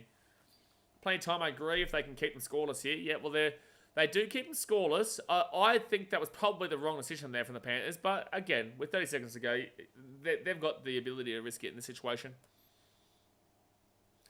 Sharkies now taking down the 20. It'll be third tackle here. 12 seconds to go here in the first half. Will Candy here. They chase it through. Oh, they've got... Nah, it's not the... I guess they risked it. They may as well. Oh, Edwards knocks it on, but they won't have enough time to do the scrum. They won't have time to do the scrum with the Sharks. It would have actually been not too bad. I don't mind it. At least it's not a blowout, Justin Sunner says. Yes, I think the Panthers are confidently winning at the moment, despite being only up by 8. It's definitely not a blowout, though, and the Sharks can absolutely come back from an 8-point deficit. It's definitely a better game than a lot of people expected. I did say that this is more than likely to be a 1 of 12 Panthers. There is obviously a chance of them absolutely blowing it out. I don't think it happens, though, but the concern with the Sharks is that they still have those silly errors in them. The wet weather is not helping them. And, I don't know. I just feel like the Sharks haven't been able to get back into the game once they lost that momentum. So they've got to use this halftime as a clean slate. Then they've got to go in with the right mentality to say that it is only 8, which they will do. Of course they will do. They'll be very confident they can still come back here. But, the Panthers are the type of team that can just grind the absolute shit out of this game, frustrate you, and then you knock it on, make a mistake like they just did before with the Nakora knock-on, and then, go and punish you. They didn't punish them there, but in the second half, they absolutely will punish them, and then we'll start to be like, oh, okay, well, here comes the Panthers. This is what we expected, right? So I'm pretty happy with the first half, though. Wet weather is always going to bring mistakes. Toby Rudolph just needs to clean his game up, man. He needs to clean his game up. He's been an issue with the Sharks throughout this entirety of the season. But there you go. Halftime, 10-2. The Panthers, obviously, hit that like button. Subscribe if you're new around here on TikTok. Obviously, double tap the screen. Double tap the screen and follow if you are new. Brent says, you can tell Penrith aren't playing full pass at the moment and just matching the Sharks. Well, that's what they do. You know, if they're up by 8 points in a wet weather game like this, why would they need to chance the arm? You know, why would they need to throw the ball around? They don't. They have no interest and no need to throw the ball around. If they do, then they absolutely can break through the line. We've seen that with Nathan Cleary breaking through the line tonight. But I definitely don't believe that the Panthers have been at their very best, but that's because of the wet weather. You know, and they're doing exactly what they need to do considering the conditions. Exactly what they need to do. What do I think of the AFL Grand Final? Typical Swans, brother. Typical Swans. Swannies, well, Sydney teams can't seem to play Grand Final because you look, this year, the Swannies got flogged by the Lions. 2 years ago, the Swannies got flogged by the Cats. I think about 4 or 5 years ago, the Giants got flogged by Richmond. Back in 2016, Swannies got beaten quite well by the Western Bulldogs. So, you know, Sydney's got a pretty bad track record in the AFL Grand Finals recently. OKC Thunder says Panthers will win 30-2. Disagree. Alice says Panthers are the dirtiest players and all the referees seem to encourage their dangerous behaviour and play a blind eye to their tactics. Well, Alice, I will be honest with you. The Panthers definitely know what they need to do to get under your skin. But also, secondly, CSF and Talakai should have been binned. You know what I'm saying? Like, it's a bit harsh right now to be going at the Panthers for being grubby and utilising the tactics, which I don't necessarily disagree with. With that being said, though, Talakai, absolutely, that was a grubby play. He had time to get out of that hit. He hit Jerome Luai very, very late. I believe that's an absolute bin. And I would much prefer to see the Sharkies win tonight. But I'm just saying, you know, if we're going to say one thing about the Panthers, then we also have to come back to the Sharkies there and say, well, they're lucky they weren't down to 12 men. Trindle's kicking his class right now, OKC Thunder. I agree. Well, Trindle's been very, very good at this back end of the year, mate. And I think that if this was a dry track, I think this is a completely different game for one. Like, I would have said this is probably more like a 26-22 kind of game, Panthers way. But, yeah, on a dry track, like, Trindle's unfortunately being limited a lot what he can do as well. It's crazy how Trindle and Nico Hines have completely switched in regards to the fan view of the two of them. I think any play on Luai is acceptable, Scott says. Well, there's that thought process too, mate. I'm not going against that necessarily. But you know what I'm saying. But I know what you're saying. I'm like, okay. But you know what I'm saying. You know what I'm saying. X Factor says, Trindle should keep looking for 40-20 opportunities if they're struggling in their own end. He's kicking well. Yeah, no, he is kicking well. And I believe I 100% agree with you. I do think that Trindle needs to keep on kicking for the corners and looking for that 40-20 attempt because it is open. It is open. The Sharks do have a chance of winning this game still. They are not out of this game. There's still 40 minutes to go. It's only 8 points. But they need to limit giving Toby Rudolph the ball because he's lucky he hasn't had... One, he had that penalty against him, which made it an 8-point game here. 2, he knocked the ball on to give them that penalty in a couple tackles. And 3, he's lucky that he didn't have that knock-on call at the other end of the field, which ultimately calmed the hit, and they knocked on the next tackle. But... Toby Rudolph, man, I just don't understand why he's dropped off as significantly as he has in the last three years. He was a really good front row forward. I think he played lock for a little bit. He was really good and had a really great year, but it just hasn't gotten there since. And I do think that Adam Fanor-Blake turns this team into a winning team. I think that Adam Fanor-Blake turns the Sharks into the team they need to be. I do think this is 1 year too early for him. Hines needs to step up, Space Dog says.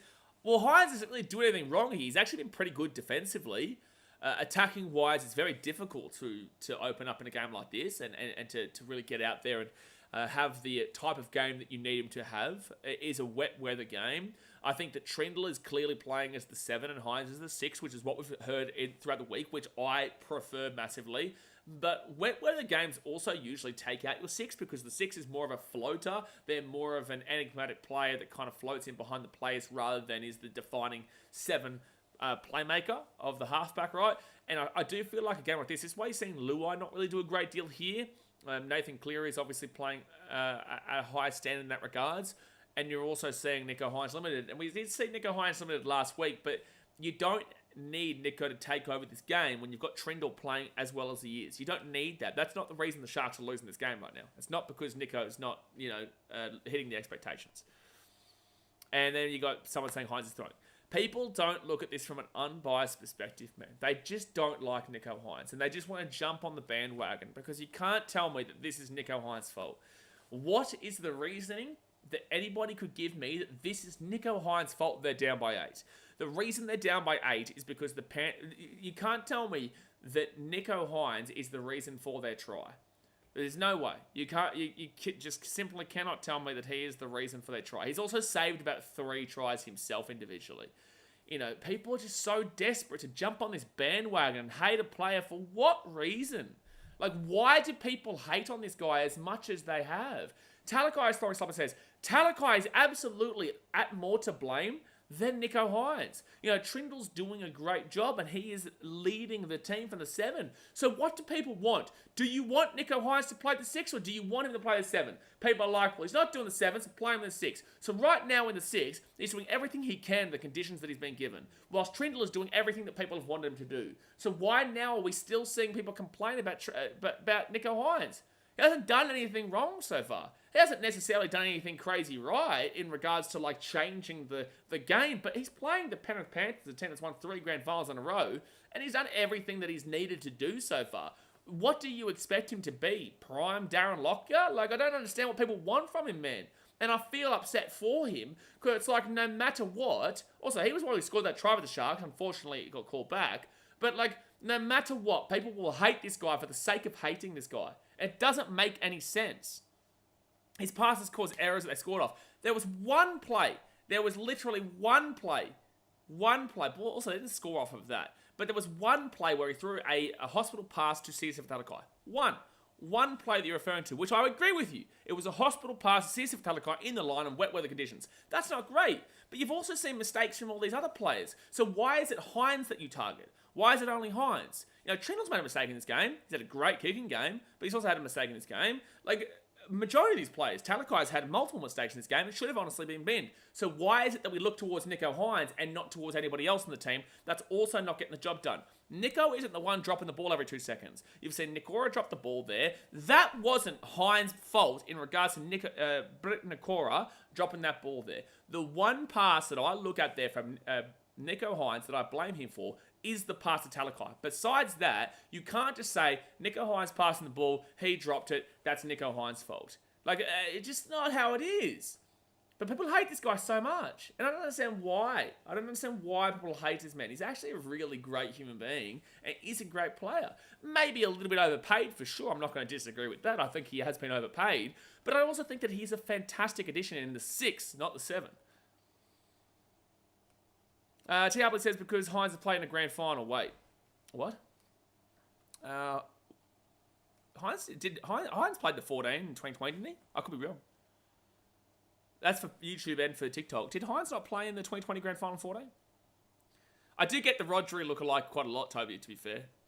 I don't see it as much as you probably think, but he didn't actually play, was on the bench. But he was in the 14 though, right? I am correct there. I know he didn't probably play, but he was the 14. I'm not wrong there, yeah? Panthers have made quite a few mistakes as well, OKC Thunder says. Absolutely. Toby is throwing. Another one, Brandon. It's like Toby Rudolph and Talakai got more to blame. Number 17. Oh, so he's 7. Oh, well, yes. Okay. Sorry. But you know what I'm saying. 17, 14. It's the same role. He just didn't obviously come on. It was number 17. Yes, but you know what I'm saying. I say that to you and I say that to you. SSV Riz says up the ref. Lot to do here still, man. Lot to do. But they are winning right now. OKC Thunder says Sharks were always a top 8 team. They weren't in 2021. Actually, how many times have they missed the 8 since they made that grand final? They won that grand final. 2023, obviously they got bounced out first week. That was after that was round 6. They lost the Roosters at home. In 2022, they came second.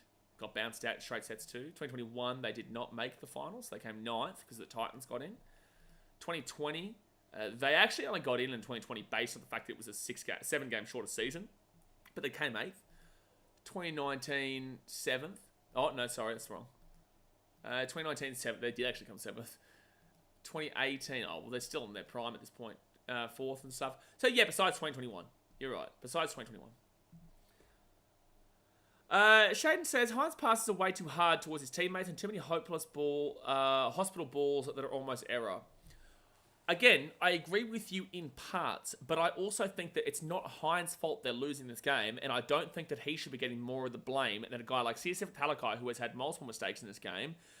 Not just that one, that was more Hines' fault, but you've got You've got CSF Talakai's made multiple mistakes in the game. You've had Toby Rudolph literally give them points. Literally give the Panthers points based off of a dumb trip and also a ridiculous knock-on. And he's lucky the other knock-on didn't get called.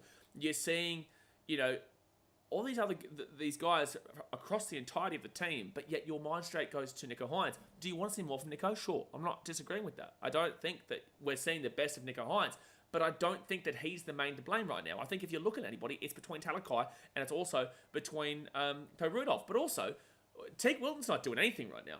You're not really seeing a fantastic amount out of Cameron McInnes. Will Candy's doing a pretty good job from the fullback, in my opinion. Braden Trindle's having a better game, and which is what you'd expect out of the 7. He's got 6 on his back, but he's playing 7. You're not seeing a great game out of Kyle Ero, mind you, who is potentially a centre of the year. Molitalo's having a good game. I've liked what Molitalo's done. He's got a lot of effort and energy.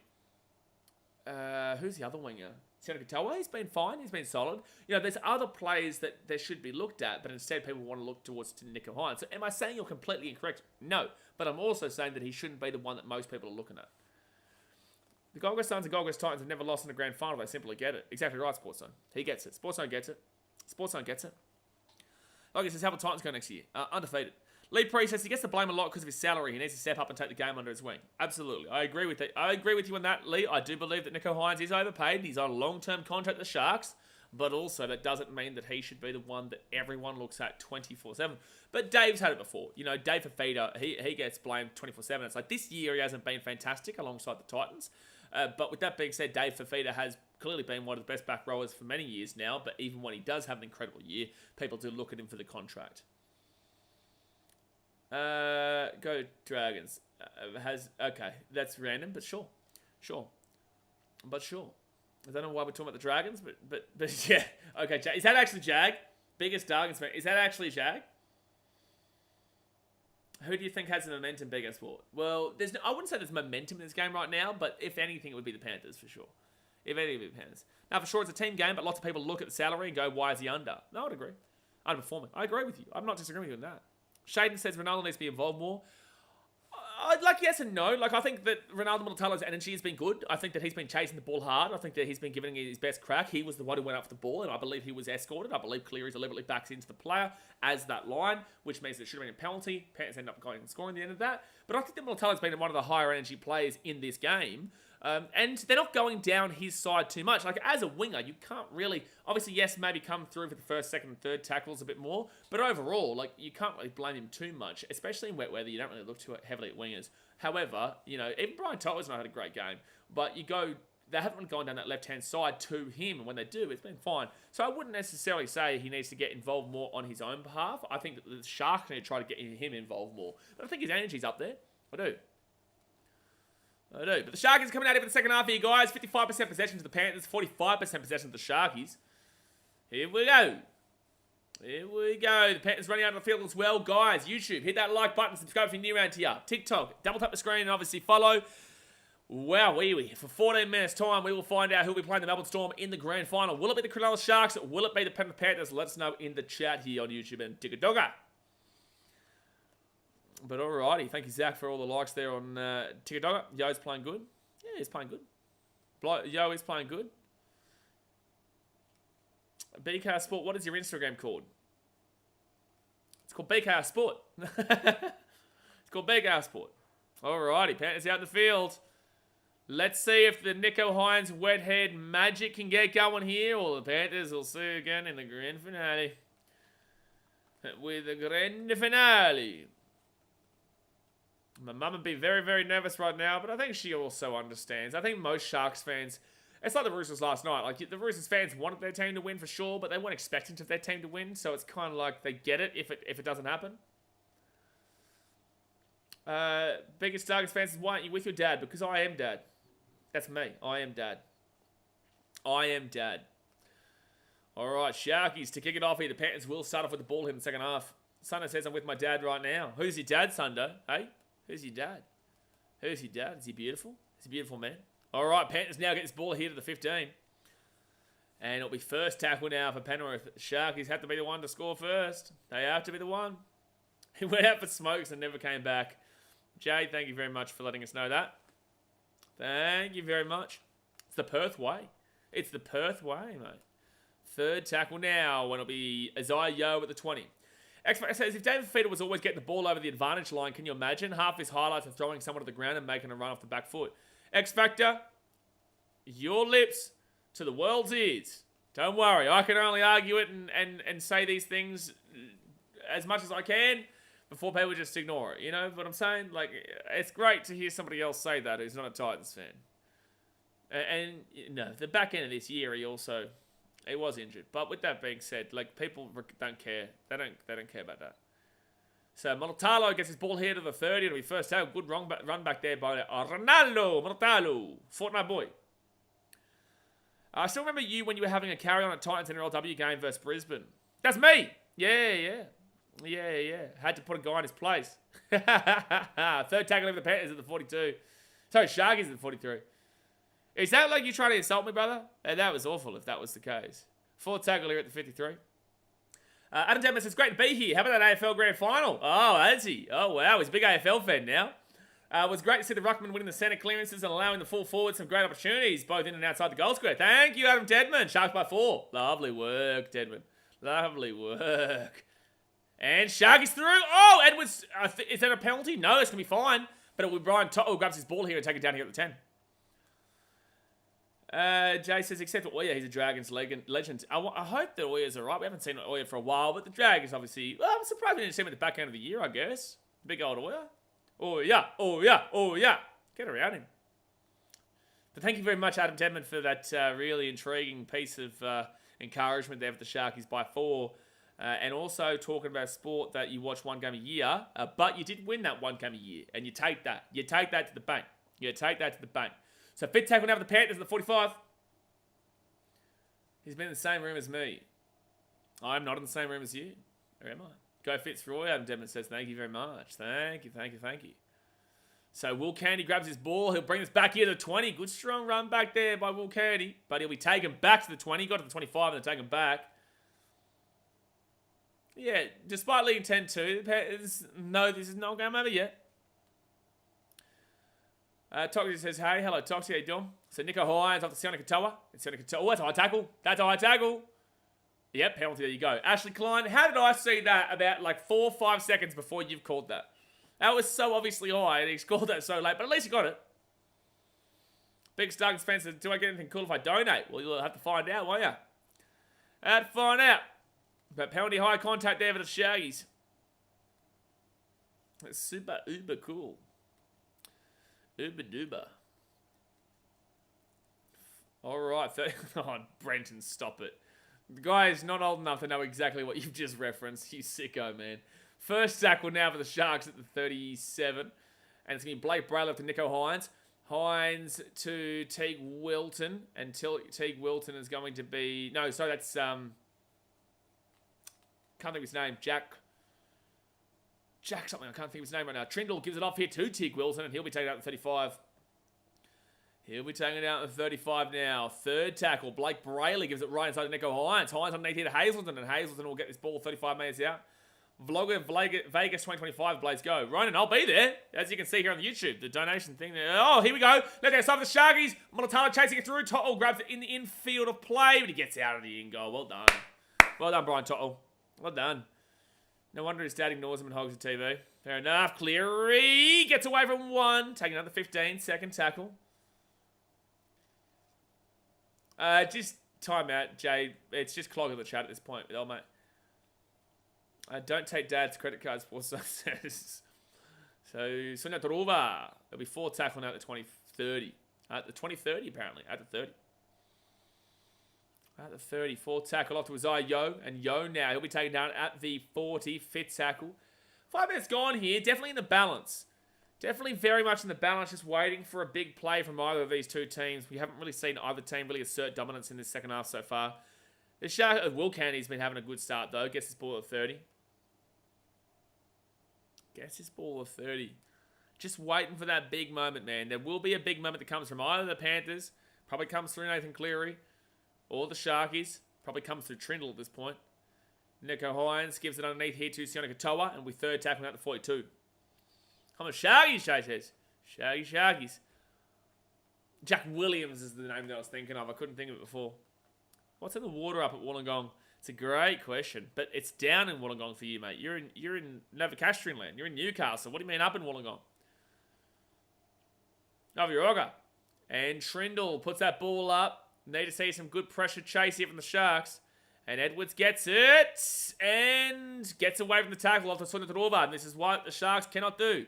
They can't give 3 metres away. They give the ball off to Jerome Lua. Lua to the 25, to the 30. Gets the offload away again. Off to Brian Toll. This is all 3 metres here. All 3 metres here. And they're taking down at the 45. Well done. You had him down at the fit. You had him at the 5, and they found a way to get to the 45 on the same tackle. Unbelievable.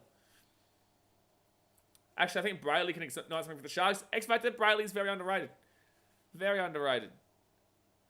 So Panthers' third tackle. And that was a huge play there from Penrith as a collective as well. It really was. Braden Fenton wants to score. Score is 10-2 to the Panthers. 33 minutes to go. Oh! Drum Luai crunched by Kyle Lero. 10-2 to the Panthers. 33 minutes to go here at the game. I was going to reply to you very differently then, Braden, but realised that we are live. So fifth tackle here with the Panthers and they're 25 out. Shit, it is down. I must be drinking that water. You are the distribution man in the water. And they put that ball up into the corner. And so Taruva taking it. No, it's just going to be fifth tackle. They were looking around to see if they were going to get penalised there for tackling in air. They're thinking about challenging this. They will challenge this. If they've tackled him in air here, this is really stupid from the Sharks. There is no need for a tackle in air here. There's no need for a tackle here until this is completely dead. Like, this is a dead play. Like, there was nothing happening. If they get a penalty from this is a risky challenge, to be fair. So, Sione Katoa, both legs in the air. Definitely a tackle in air. Sione Katoa, there is no need for that whatsoever. No need for that whatsoever. So, it's a penalty here to the Panthers. There was absolutely no need for that. Only flew right to... Oh, conspiracy man, Mr. Hayes. Conspiracy man, Mr. Hayes is back. But, yeah, definitely a penalty there. So, correct call. They will not go for the 2, so they will go for the try here. Sharks, defend for your lives. You go out by 14. I can't see you coming back. If you concede, let it be out wide and hope that Cleary misses it. But here we go. Panthers here, 10 metres out. Eisenhuth. Out to the right side of Zayo. Zayo, Nathan Cleary. Cleary gives it to Liam Martin. That wasn't a good run. Second tackle. Is it still raining or just wet conditions? I can't really see the rain, but then again, sometimes this angle on this camera, it doesn't necessarily show the rain, but then you see a different angle and it shows it's raining. But on this, it doesn't look like it's raining. Still, Luai at the back here. So now Turuva gives it back to Luai, slips over at the 15. Out the back to Dylan Edwards. Edwards here looking for something. Can he get the offload away? No, he was looking for that run and then offload underneath the tackle. Gives it to Isaac Tungo. Oh, he's a metre short. Fit tackle.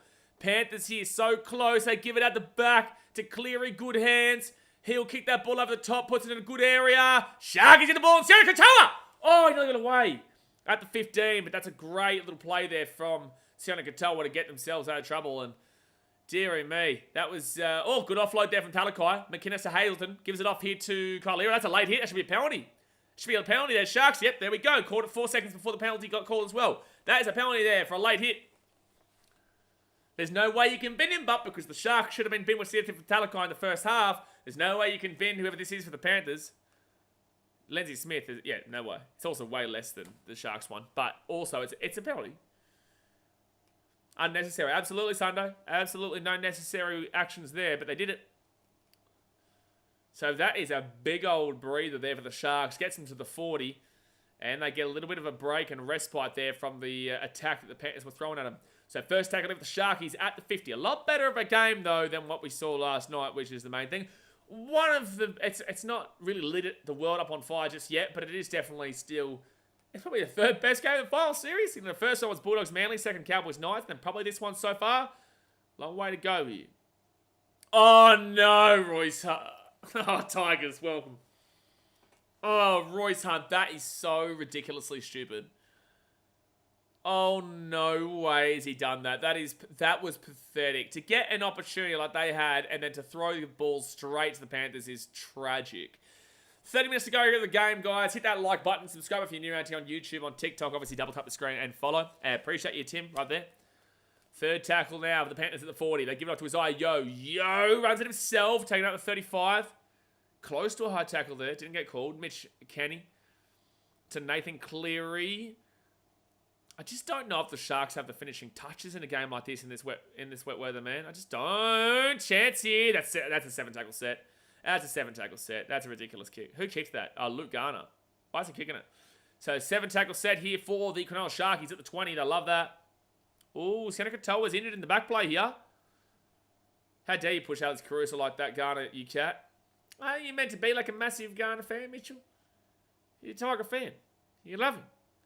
Seneca Toa's still down a back play here. So they're playing with 12 of them, the Sharks.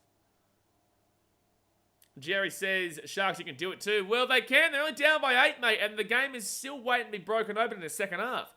And the Sharks are in a great field position right now. Second tackle, now third. Ooh, very close to high. Sione Katoa is still down. They are down to 12 men as we currently speak. Toby Rudolph, you hold that ball, son. 4 tackle here at the 33. Blake Brayley gives it off to Nico Hines. Hines here. He gets out the back here to Trindle. Trindle underneath here to Kyle Ero. 18 metres out of the line. 5th tackle. Can the Sharks do something right now? Blake Brayley to Trindle. Trindle puts that ball up. Where's the chase? Monotalo. That's a knock on. And it's Panthers ball here at the 3. So it's going to be 10. Panthers ball at 10. See, Mulitalo's got the energy, but it just doesn't have the hand placement at the moment. Who's 11 for the Panthers? That would be probably Garner, isn't it? Not Luke Garner? Have a look. Yeah, it is Luke Garner. Luke Garner. He's still down, son. Yeah. No, he's still feeling a bit rough right now. Titan says, do you reckon the Titans will make the top 8 next year? Mate, we come in top 1. We've gone undefeated. We're never losing a game ever again. We're never losing a game ever again. Lindsay Smith to the 30, 3rd tackle.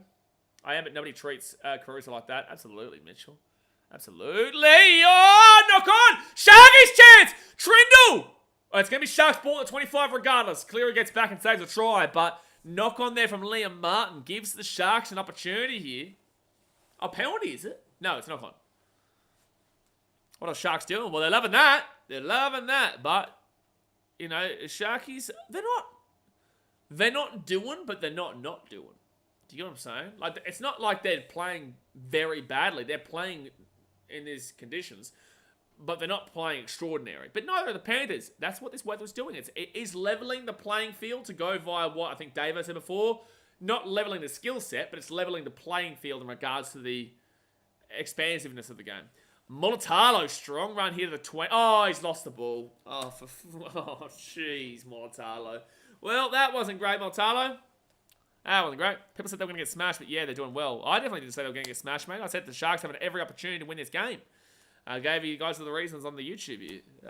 But, yeah, I still tipped the Panthers 1-12, but I did say the Sharkies had every opportunity to get in this game. Truva taken down by, that's a great take. Oh, he's over the sideline.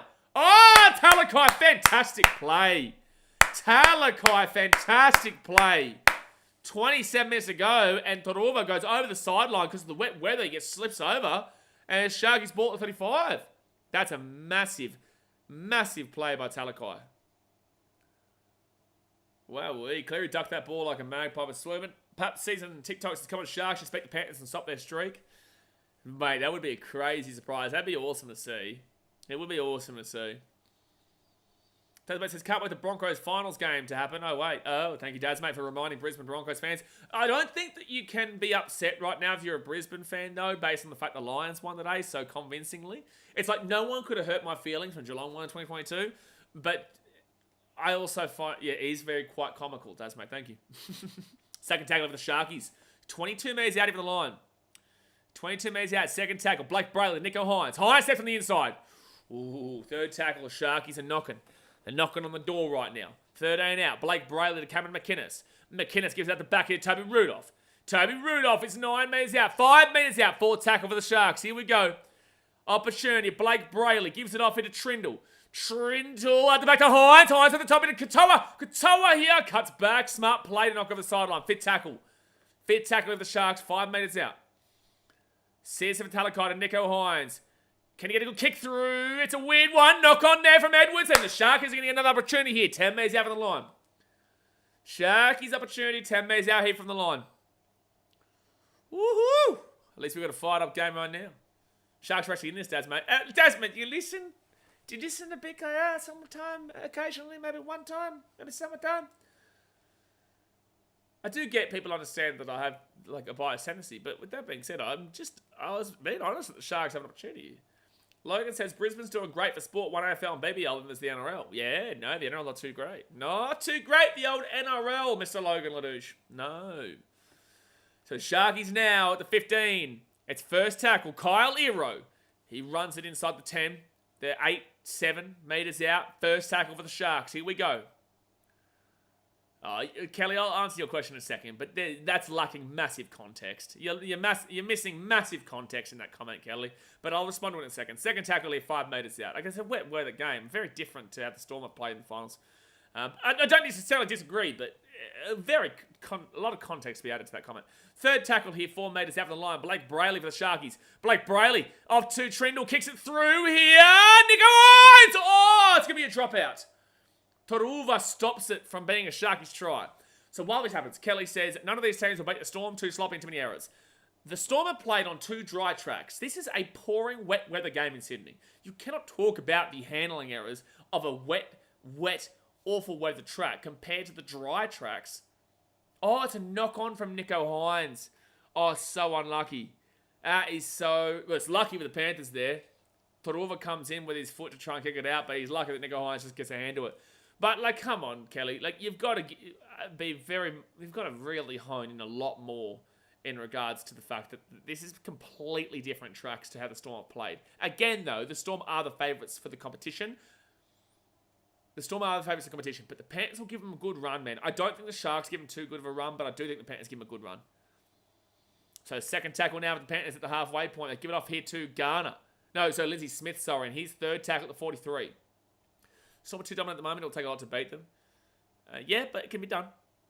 So, fourth tackle. Yes, you're right, but it can be done. Fourth tackle at the 33. 6 again here for the Panthers. That is bad stuff there from Cronulla. I think I've been saying it for about 40 minutes now. Sorry, about 40 minutes. Panthers score next, they win this game. Panthers score next and convert, they win this game. Second tackle here at the 19. So would love to see these two slug it out for the rest of the game. They would absolutely love it.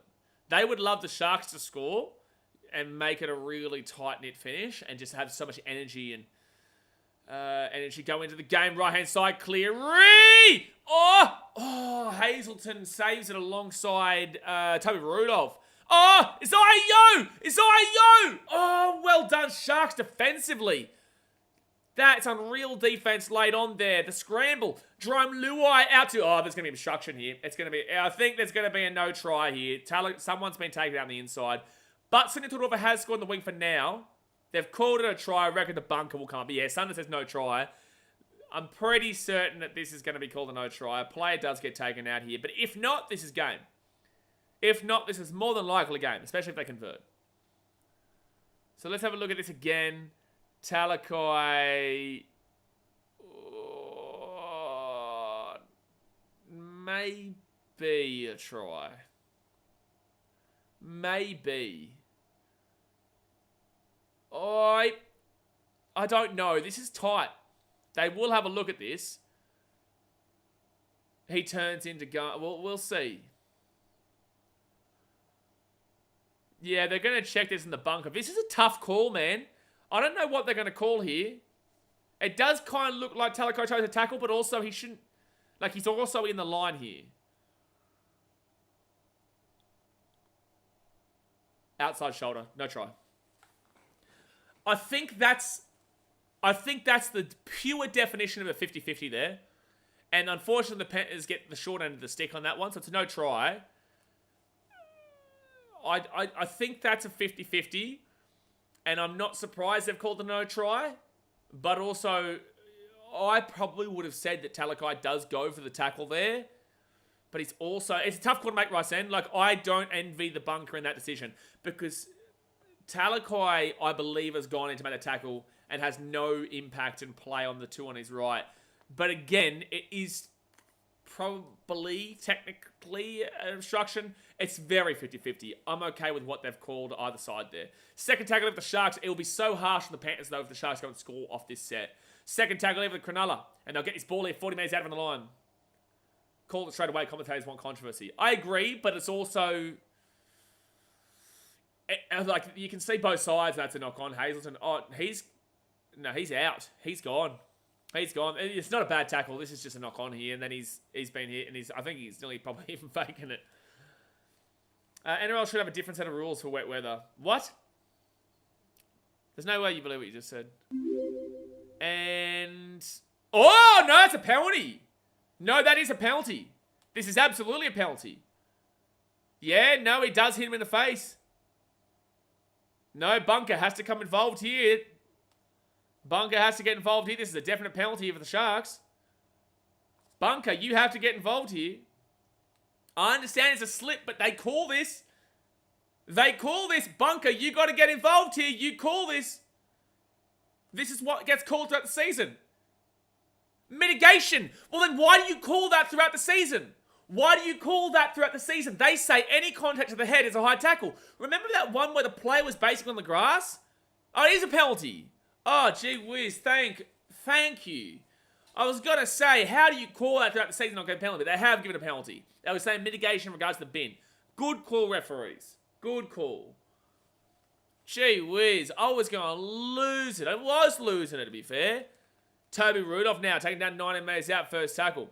That's consistent. That is consistency, which is what you want to see. Right-hand side of Trindle, off to Oregon Kafusi. Can the Sharkies get over the line here? Second tackle, 9 metres out from the line. Here they come. Sharkies to Nico Hines. Hines here to Rudolph. Rudolph be 5 metres out, third tackle. That was a send-off in Oregon. Shut up. So right inside, Nico Hines gives it off to McInnes. McInnes steps back on the inside. He's going to be 4 metres out, fourth tackle. The Panthers know how to defend situations like this. Can the Sharkies get themselves back into this game? Trindle out to Nikora. Sione Katoa! Try time for the Sharkies. And they're well back in the game. Try time for the Sharkies and they're well back in this game. It is a 4-point game with a kick to come. 10-6. 20 minutes to go here of the game, guys. Hit that like button. Subscribe if you're new around here on TikTok. Double tap the screen and obviously follow. But the Sharkies down by 4 with a kick to come. They go right. Off to Trindle. And then Trindle just gives it out the back there to Nakora. Nakora runs it into the line. Gives it to Katoa. And this is really close. I think he gets that. That's close. I think he keeps his feet in. I just got to make sure he gets the ball down. Oh, beautiful play by Sione Katoa. Beautiful play by Sione Katoa. Wow, jeez. To keep that right foot up is brilliant. To keep that right foot up is brilliant. Yeah, the high contact on Hazelton is what gave them the opportunity. Oh, jeez, that's close, but they got it. That's close. X Factor says that's so underrated for a put down. That's a brilliant put down, mate. To also have to get it around the corner post, that is brilliant. Sione Katoa scored, Joseph. Sione Katoa scored. Lee Priest says Trindle's the man. Mate, that was a fantastic put down here from Sione Katoa. Toruva coming in, has a great hit on him. It keeps his right foot in the field of play, goes up, and to get it around that corner post whilst in the wet weather, whilst being shoved over with that momentum. Oh! They've already confirmed the try, but he also changed the hands. Technically, the rule here is that you have to... Technically, the rule there is that's a no try. Technically, it has swapped hands there. You could have argued it. Hines here will miss the kick. It's a 4-point game. He'll miss the kick. It's a 4-point game. Refs have been okay, to be honest. Kelly, the first half, no. Second half, they've been fine.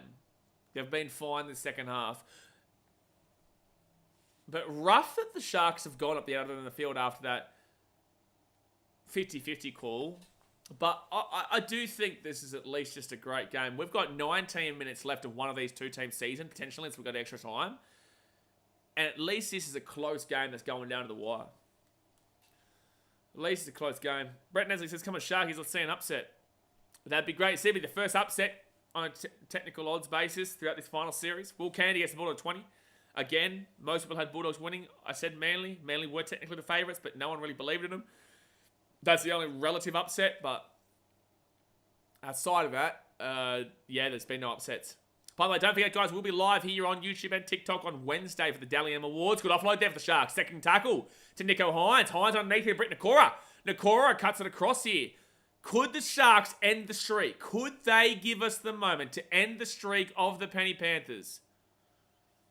It would be crazy to see a surprise right now with one game to go before the grand final. Blake Brayley and Nico Hines. Hines short ball here. Knock on Oregon Kaufusi. It's actually a pretty decent pass, but it just did not come off in the end. Kelly says the Sharks' defense has been amazing tonight. Both teams' defense has been very, very good. Yeah, well, it's the first versus second best defensive teams. Panthers are the best defensive team in the comp. The Sharks are the second best defensive team in the comp. Not that their recent 2 scores against the Storm and the Cowboys would prove that, or Manly, to be fair, when they go out 20 points. But the Sharks are the second best team in the comp across the 27 games this season. If Sharks win, how do you think they go against Melbourne? I don't think they go too well right then, but it completely depends on how this last 18 minutes is played as well. Both these teams could get absolute... If this goes to extra time, Storm would love that. Third tackle over the Panthers. If they get a penalty, they go for the 2 every day of the week. Yo, to Nathan Cleary. Cleary gives it off to Edwards. Edwards to Brian... Oh! Toto taking out the 22. It'd be interesting to see though, right then. I'll have to wait and see after 17 minutes before I could even answer that question. Luai gives it out here to Alamotti. 10 metres out, fit tackle. Sharkies, you don't want to be conceding right now with 7.5 to go. Fit tackle. Nathan Cleary at the back. He knows how to do it. They go short side. He flicks it back here to Luai. Luai here to Cleary. Cleary here, still fit tackle. He kicks it across. There's no one there. And Brian Tuttle scores. Sharks, you clocked off. You deserve it, Sharks. You clocked off. You clocked off Cronulla and you gave a freebie try to the Panthers. You clocked off at the most critical moment and you gave a freebie try. Brenton says Cleary magic. I don't even think that's Cleary magic. I reckon you could have kicked that ball across. The Sharks completely clocked off. They didn't make the tackle and the ball was broken down. It's a completely broken down play. He comes down from the knock on there from Oregon Kaufusi. It was a great pass from Hines. It was Kaufusi who dropped that ball. But the Sharks completely clock it off. Nathan Cleary did nothing spectacular there. He just kicks the ball across to a completely free man. Sharks should have locked down Lindsay Smith. Sharks should have locked down Luai. Sharks should have locked down Cleary there. Blake Brayley misses the tackle. And there's nobody out in the wing there. And Brian Tuttle scores a free try. It's not necessarily magic there from Cleary. He's just doing something basic based on the fact that the ball was thrown around because the Sharks didn't lock down the player. They didn't lock down any player. There's nothing spectacular. He just kicks the ball across to an open man. It's just chaos. They're just throwing the ball around. Sharks need to make the tackle. Blake Brayley not making a real attempt at Cleary here. Look at this.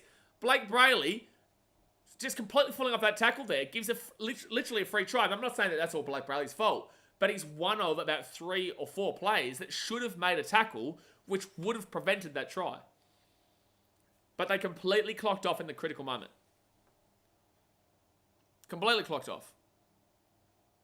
So 15 minutes to go here of the game. No one was over there crazy. Well, it's because they've all shoved across there, but yeah, absolutely, man. Like, they just clocked off completely. Well, it's not a massive kick by any means, but it's big enough to make it a 10-point game. All right, so Nathan Cleary here from the right side. The comments are saying, did they do much wrong there? Yeah, they didn't go up at the tackle. They didn't make the tackle, and they allowed the offload, and then the best player in the comp was given the ball to kick the ball for an easy try in the right-hand corner. And Nathan Cleary will miss the kick, so it's an 8-point game. So, Cronulla, they score a converted try here. They'll only be down by 2. There's 15 minutes to go here in the game. 15 minutes to go here. Now, don't get me wrong, Cleary still has to put the ball in place. Don't get me wrong there. I'm just saying that majority of the halfbacks in the competition get that add assist there. Majority of the halfbacks. And it just comes down to the lack of urgency from Cronulla. All right, 15 to go the game. 8-point the difference. Does anyone here hold out hope for Cronulla? Let us know in the comment section. Or do you think we're seeing another Storm versus Panthers grand final? See if the Panthers can make up for 2020. Or if the Storm can win their first since 2020. But the Panthers now, they give it off here to Moses Leota with a strong run back to the 10. Justin Sanders says, my Panthers mate has been saying that the ref has been biased to Sharks. Thoughts? Come on, man. Come on, man. Like, there's been controversial calls on both sides, but there's no way that there's been an agenda. There's no way that there has been a bias or an agenda. There's just been poor calls on both sides of things. The first Panthers try came off the back of what clearly should have been a Cleary deliberate escort walking back into the running path of Mulatala. But Yo here, it'll be 4 tackling at the halfway point. But again, it's just bad calls both ways. Brandon says, yeah, it was a good read, maybe not magic compared to what we've seen him do in the past. It was just it was basic, and that's all he needed to do. Oh, Sharkies are done. Sharkies are done. Sharkies are done. Nathan Cleary here to Luai. Good follow back by Hines. Hines just saved your season. Hines just saved your season, but they're still going to probably score here regardless. He gets that ball across here to pull out a Motti. That's the season done there for Cronulla. I want to say this. You can't blame Nico Hines for that because Nico Hines was the one who followed back to stop that trouble at Luai. Well done to the Panthers. They're going to the grand final. They will score there as long as they get this kick. They had to get this kick and then it's a 14-point game. It's game over. But yeah, the Sharkies, they just unfortunately got done up the middle there and the Panthers went out to the left. This game actually making me go mad. Thought Sharks should have had 2 sin bins with a trip and the late hit. No, the trip doesn't get called as a bin. And the late hit. The late hit should have been a bin. And the drop ball try for the Sharks on my tripping. Sharks drop ball 50-50. Should have had a bin for Talakai. The trip isn't a bin. We've seen that all season long be called not as a bin. I'm blaming Toby, Brenton says. Who's the one in the middle? Who's the one who misses the tackle at the middle? Who's the one who misses the tackle at the middle? Poor tackle attempt from Atkinson. Oh, you can't blame Atkinson there. Like, what do you want me to do? Alamoti's got an easy run at the try line there. You would have liked to see Sharks players stop him from running inside, though. You would have liked to see Sharks players stop him from running inside, but he had a completely free run. No one even shot until Will Candy finally. All right, 13 minutes to go here. It's looking like we're going to see Panthers versus Storm again. Exactly right, Lee Priest. He's the only guy defending 4 plays. You can't blame Paul and Motti for that at all. I want to know who the one was in the middle, though. If they get this kick, you may as well put eliminated here on the YouTube screen for the Sharks. But the Panthers Storm should probably be the best matchup in the grand final. It should probably be the best matchup. 3 try assists today for Cleary, by the way. 3 try assists. And they've scored all 3 tries. All 3 of them have been from Cleary. So there you go. 20-6. You would assume the Panthers probably win from here now. Crazy. 2020 Super Bowl was Chiefs 49ers. 2024 Super Bowl was Chiefs vs 49ers. 2020 NRL Grand Final, Storm vs Panthers. 2024 NRL Grand Final, Storm vs Panthers. W script. Daz, this is very Bulldogs of you. This is a very Bulldoggies comment. This is a very, very Bulldogs fan base comment. Very, very fan base comment. Greg Martin says, I'm not blaming him. I'm just saying he pretty much let Adam Ollie run past him. No, I can't blame Atkinson at all for that. I don't think Atkinson... That's not on Atkinson. Paul Adamotti was always scoring in that situation. All right, so Sharks, I would have gone for the short kickoff. You're down by 14. What? Sharks? Sharks, bro, a bit of urgency here would have been nice. You're down by 14 with 13 minutes to go, as if you wouldn't go for the short kick. Hold on. Tom Hazelton has been ruled out for the rest of the game. You sure the Bears getting pumped in the New South Wales Cup Grand Final tomorrow? Does make sense? No, but I will be here for the Sharks versus Broncos in the NRLW semi-final. And also the Knights versus Roosters in the NRLW semi-final. I'll be here for both of those. And then we've got the Dally M on Wednesday. Your Bulldogs season review comes out on Monday. I think it's Cowboys on the Tuesday. Maybe Roosters Wednesday? I can't remember. And Cleary... Oh, if he kicks a 40-20, no. Will Candy's back there. We have got... What do we got here? What do we got? We've got the Bulldogs... Bulldogs on Monday. Cowboys on Tuesday. The Thursday is the Manly Sea Eagles. Friday is Roosters. And then Saturday will be the Sharkies. So third tackle now for Cronulla. They're at the 45. So when was the last time the Sharks beat the Panthers? Good question. Maybe like 2018? 2019? Something like that? Probably somewhere around that period. They only play each other once per year. They didn't beat them this year, and they didn't beat them last year. They actually been held scoreless the last 2 years besides this game. Fourth tackle of the Cronulla Sharks at the 50. Trindle at the back now to Hines. Hines kicks the ball across here. Sione Katoa here with the ball at 30. Chance here for the Sharkies. Katoa cuts back on the inside. Fit tackle. Gets the offload away. And, oh, Nakora flicks it back. Oh, and then it's Panthers ball. You know what? You can't hound the Sharks for trying there. You can't hound the Sharks for trying. Atkinson wouldn't have been in that situation if the middle did their job and not let that break. Absolutely. It's spot on, right, Sam? Spot on. So 10 minutes to go here at the game, guys. On YouTube, hit that like button, subscribe. On TikTok, double tap and follow. And don't forget, we've got the 2 women's games tomorrow. But I don't see the Shaggies coming back from this one right now. And Henry beat the halfway point, 4 tackle. 2021. Okay, 3 years ago, yeah. 3 years ago. I knew they hadn't won this year and last year. I didn't know about the year before that. Liam Martin was looking for the offload away, but he could not find. There was no one following him up. Dylan Edwards off to Nathan Cleary. So the Panthers look to put a score past the Sharkies now that the game is pretty much done. Oh, massive. Well done, Katoa, for not going back on the in-goal there. But Paul Alamotti with a massive whack there as well. Zuma says Ashley Kynes the man of the match with the Sharkies tonight. Mate, the Panthers have also received quite a few beneficial calls. Ashley Klein has been poor in regards to both teams. Penalty the Sharks here. Ashley Klein has been poor in regards to both teams. It's just as simple as that. So Trindle now will get that ball. Again, the first try of the Panthers comes off the back of a really poor call against the Sharks. But overall, it's just been a poorly officiated game, but the better team has clearly won this game. Just because you see, and this is the thing that really casual fans don't get, 7 penalties to the Sharks and 3 penalties to the Panthers does not mean the game is unfair. It also means ill-discipline. And a majority of those penalties were probably right on both sides of the spectrum there. But overall, Ashley Klein has been poor from both teams tonight. Both teams. So third tackle now at the 30. Blake Brayley goes left-hand side. Off to Nico Hines. Then Oregon Kafusi gets the ball back into Nico Hines. Hines off to Toby Rudolph. They're throwing the ball around now. That's what they need to do. Rudolph hit the 20. Is Adam G dead or in Bali with the Broncos? I don't know what's happened with Adam G, Daz, mate, but it's ridiculous. He's not here. Will Candy chance here? Kyle Iro! 1 metre short of the line. Fit tackle.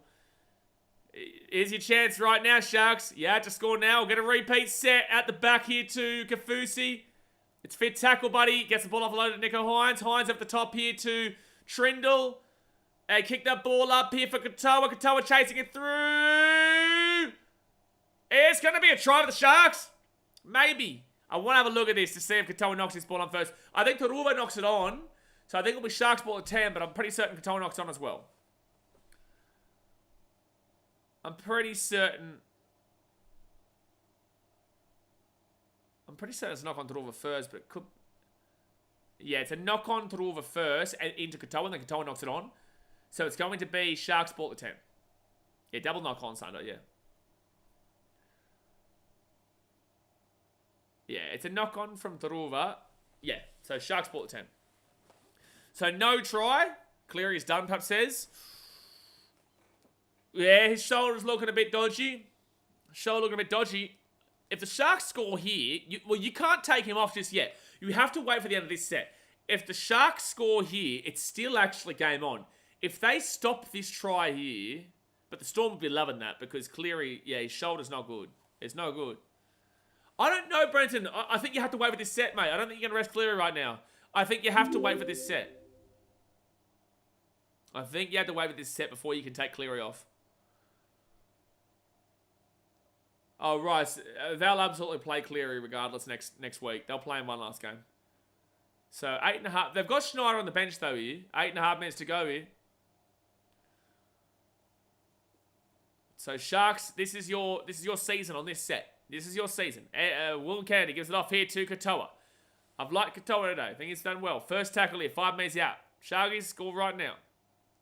Storm rested using me of the last 5 minutes. That's great. The scoreline was vastly different to what it is right now. If the Sharks score on this set, then there's no way you can take them off. If the Sharks don't score on the set, the Panthers get the ball, you take Cleary off immediately. So, Nico Hines. Hines, short ball to Teague Wilton. And Wilton's going to be 5 minutes out. Very, very different parts of the game in regards to the scorelines between last night and tonight. Off to Hines. Hines here, short ball. Knock on there from Brent Nakora. And now you take Cleary off. Unfortunately, that probably right there seals their fate. Dylan Edwards off to Sundarova. It'll be first tackle here at the 20. First tackle at the 20. Yep, agree, yeah. I think you may as well now. You're up by 14 with 7 minutes to go and you've got the ball. You may as well take him off now. So harder in index tonight is Io, Brian Tuttle, Nathan Cleary, Cameron McInnes, and Toby Rudolph. Toby McInnes was working hard, but just not really. It's not really showing. It's not really completely evident. So third tail, but he has been working hard. Storm have already lost to a team with a halfback with one shoulder once before in a grand final, showing like twice. Yeah, point. Liam Martin can't get the strip which they were looking for. Fourth tackle, Nathan Cleary. Now they'll be fifth tackle, 33 metres out.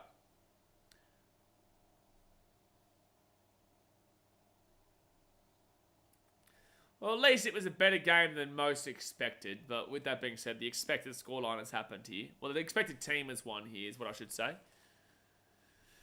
My phone is on 4%, by the way, TikTok, so this may die any moment now. But at least we've gone through the majority of the game. And it's going to be Ronaldo Mulatalo back to Fortnite tomorrow. Third tackle at 20. Mulatalo will be back to the old Fortnite by tomorrow at this rate. Kyle Hero, the 30 before tackle. Shaggies. Looks like their season is done now. They need an absolute miracle to break the streak. Braden Trindle. Trindle gives it off here. And it's going to be Nikora. Nikora at the 40. Fit tackle here with the Sharks. Time's running out, son. Trindle whacks it up. And it will be Dylan Edwards who grabs the ball at 20. TSM says LMFAO. What are you laughing at? Dylan Edwards off to Taruva. Taruva at the 40. And crunch down at 35. I do think that Will Kenny's been great. Yeah, Cleary's off. 6 minutes to go. Cleary's come off. Makes sense. Makes sense there. Isaiah Yo. He'll be at the 32nd tackle now. Schneider will come on. Oh, the Fortnite joke. Fair enough. Well, he will be back. He will be back tomorrow playing Fortnite on the old TikTok, Danny. The old TikTok of the Docker. Mitch Kenny. Well, Sharkies, I do genuinely believe in you next year. I just think it's 1 year too early, mate. I think it's 1 year too early. Isaiah Yo off to Schneider. Schneider gives up to Edwards. Here comes a try. Oh, Mulatalo was looking for the intercept. If he gets it, there's a very, very minimal chance, but it would have gotten away. Luai to score off the scrum plate. Would not surprise me. This is about that time. It's about that time where you can see something like that evident. We're just going to move this like this. Unfortunately there, Shaggies, we're going to have to do that to you here on the YouTube stream. Do.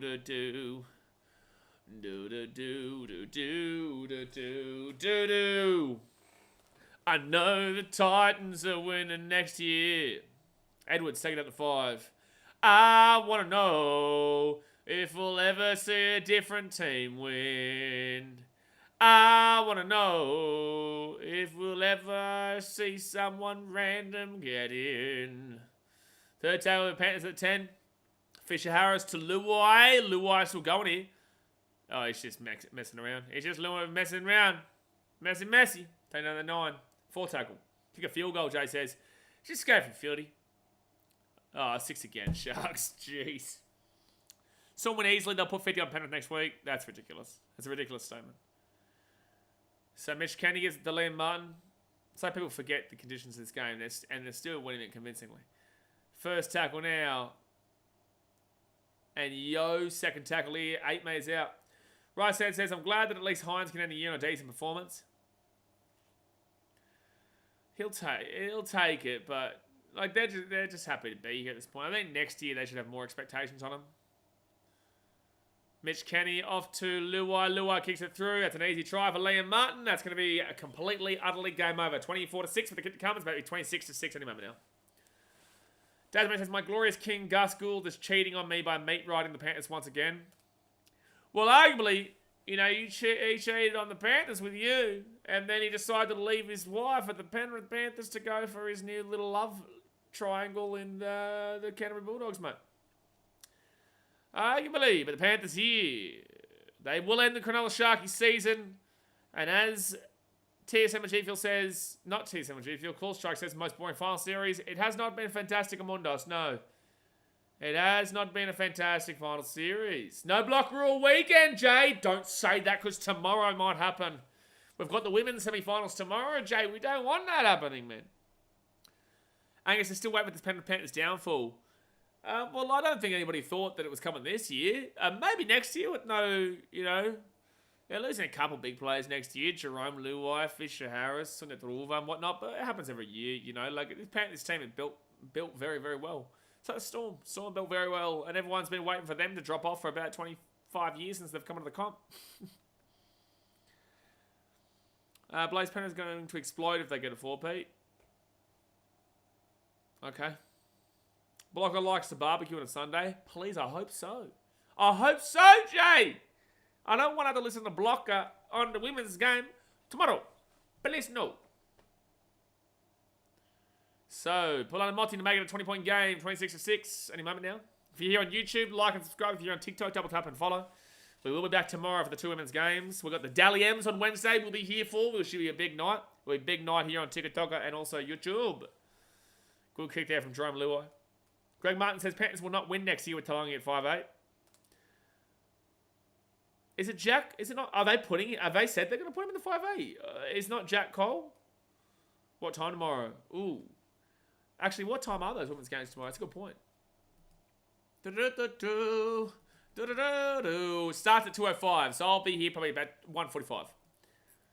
1:45. What was the crowd number? I would expect it to be about 30 or so. 30k or so.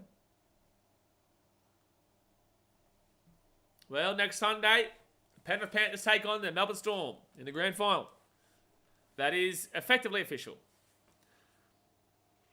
Who do you think will be the Broncos coach? Angus says, crossing my fingers for Trent Barrett.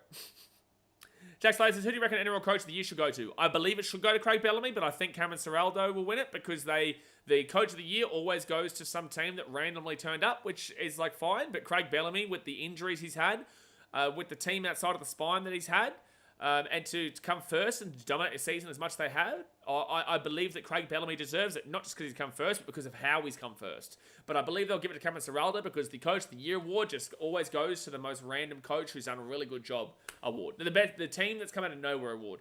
That's what the Coach of the Year has turned into, but Craig Bellamy does deserve it.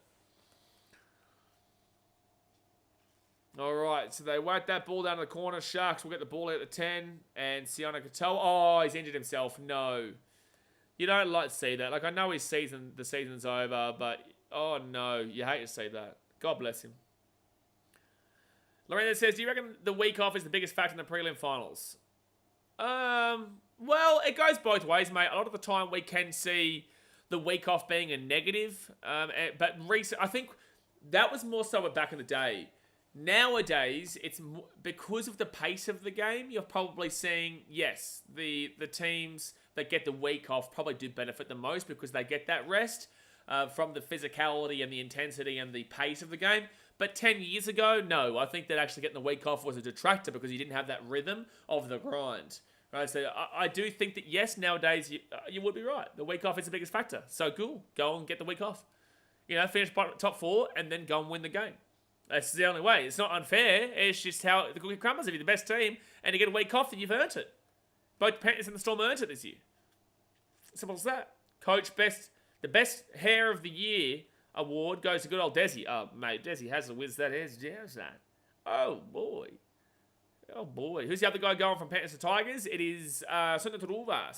Sunetruva. Hines, right to Nakora. Nakora, that's a knock on there from Alamalti. 20 seconds to go here, the Sharky season. Here we go. 14 seconds. Well, there we go, ladies and gentlemen. I'm going to end it on TikTok here. Appreciate you guys. Thanks for tuning in. I'll see you guys next time. See you tomorrow for the women's games.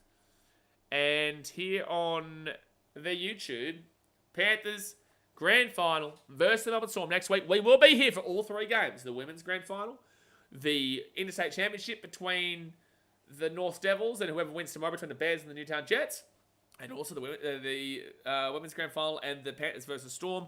Unfortunately, Sharkies, you weren't able to get chocolates today, but I think that you won a year too early. I think next year is your year. I do. I really think that the Sharks have a good team for next year with Adam Fanor-Blake coming in. You liked in the forwards tonight, which was very evident.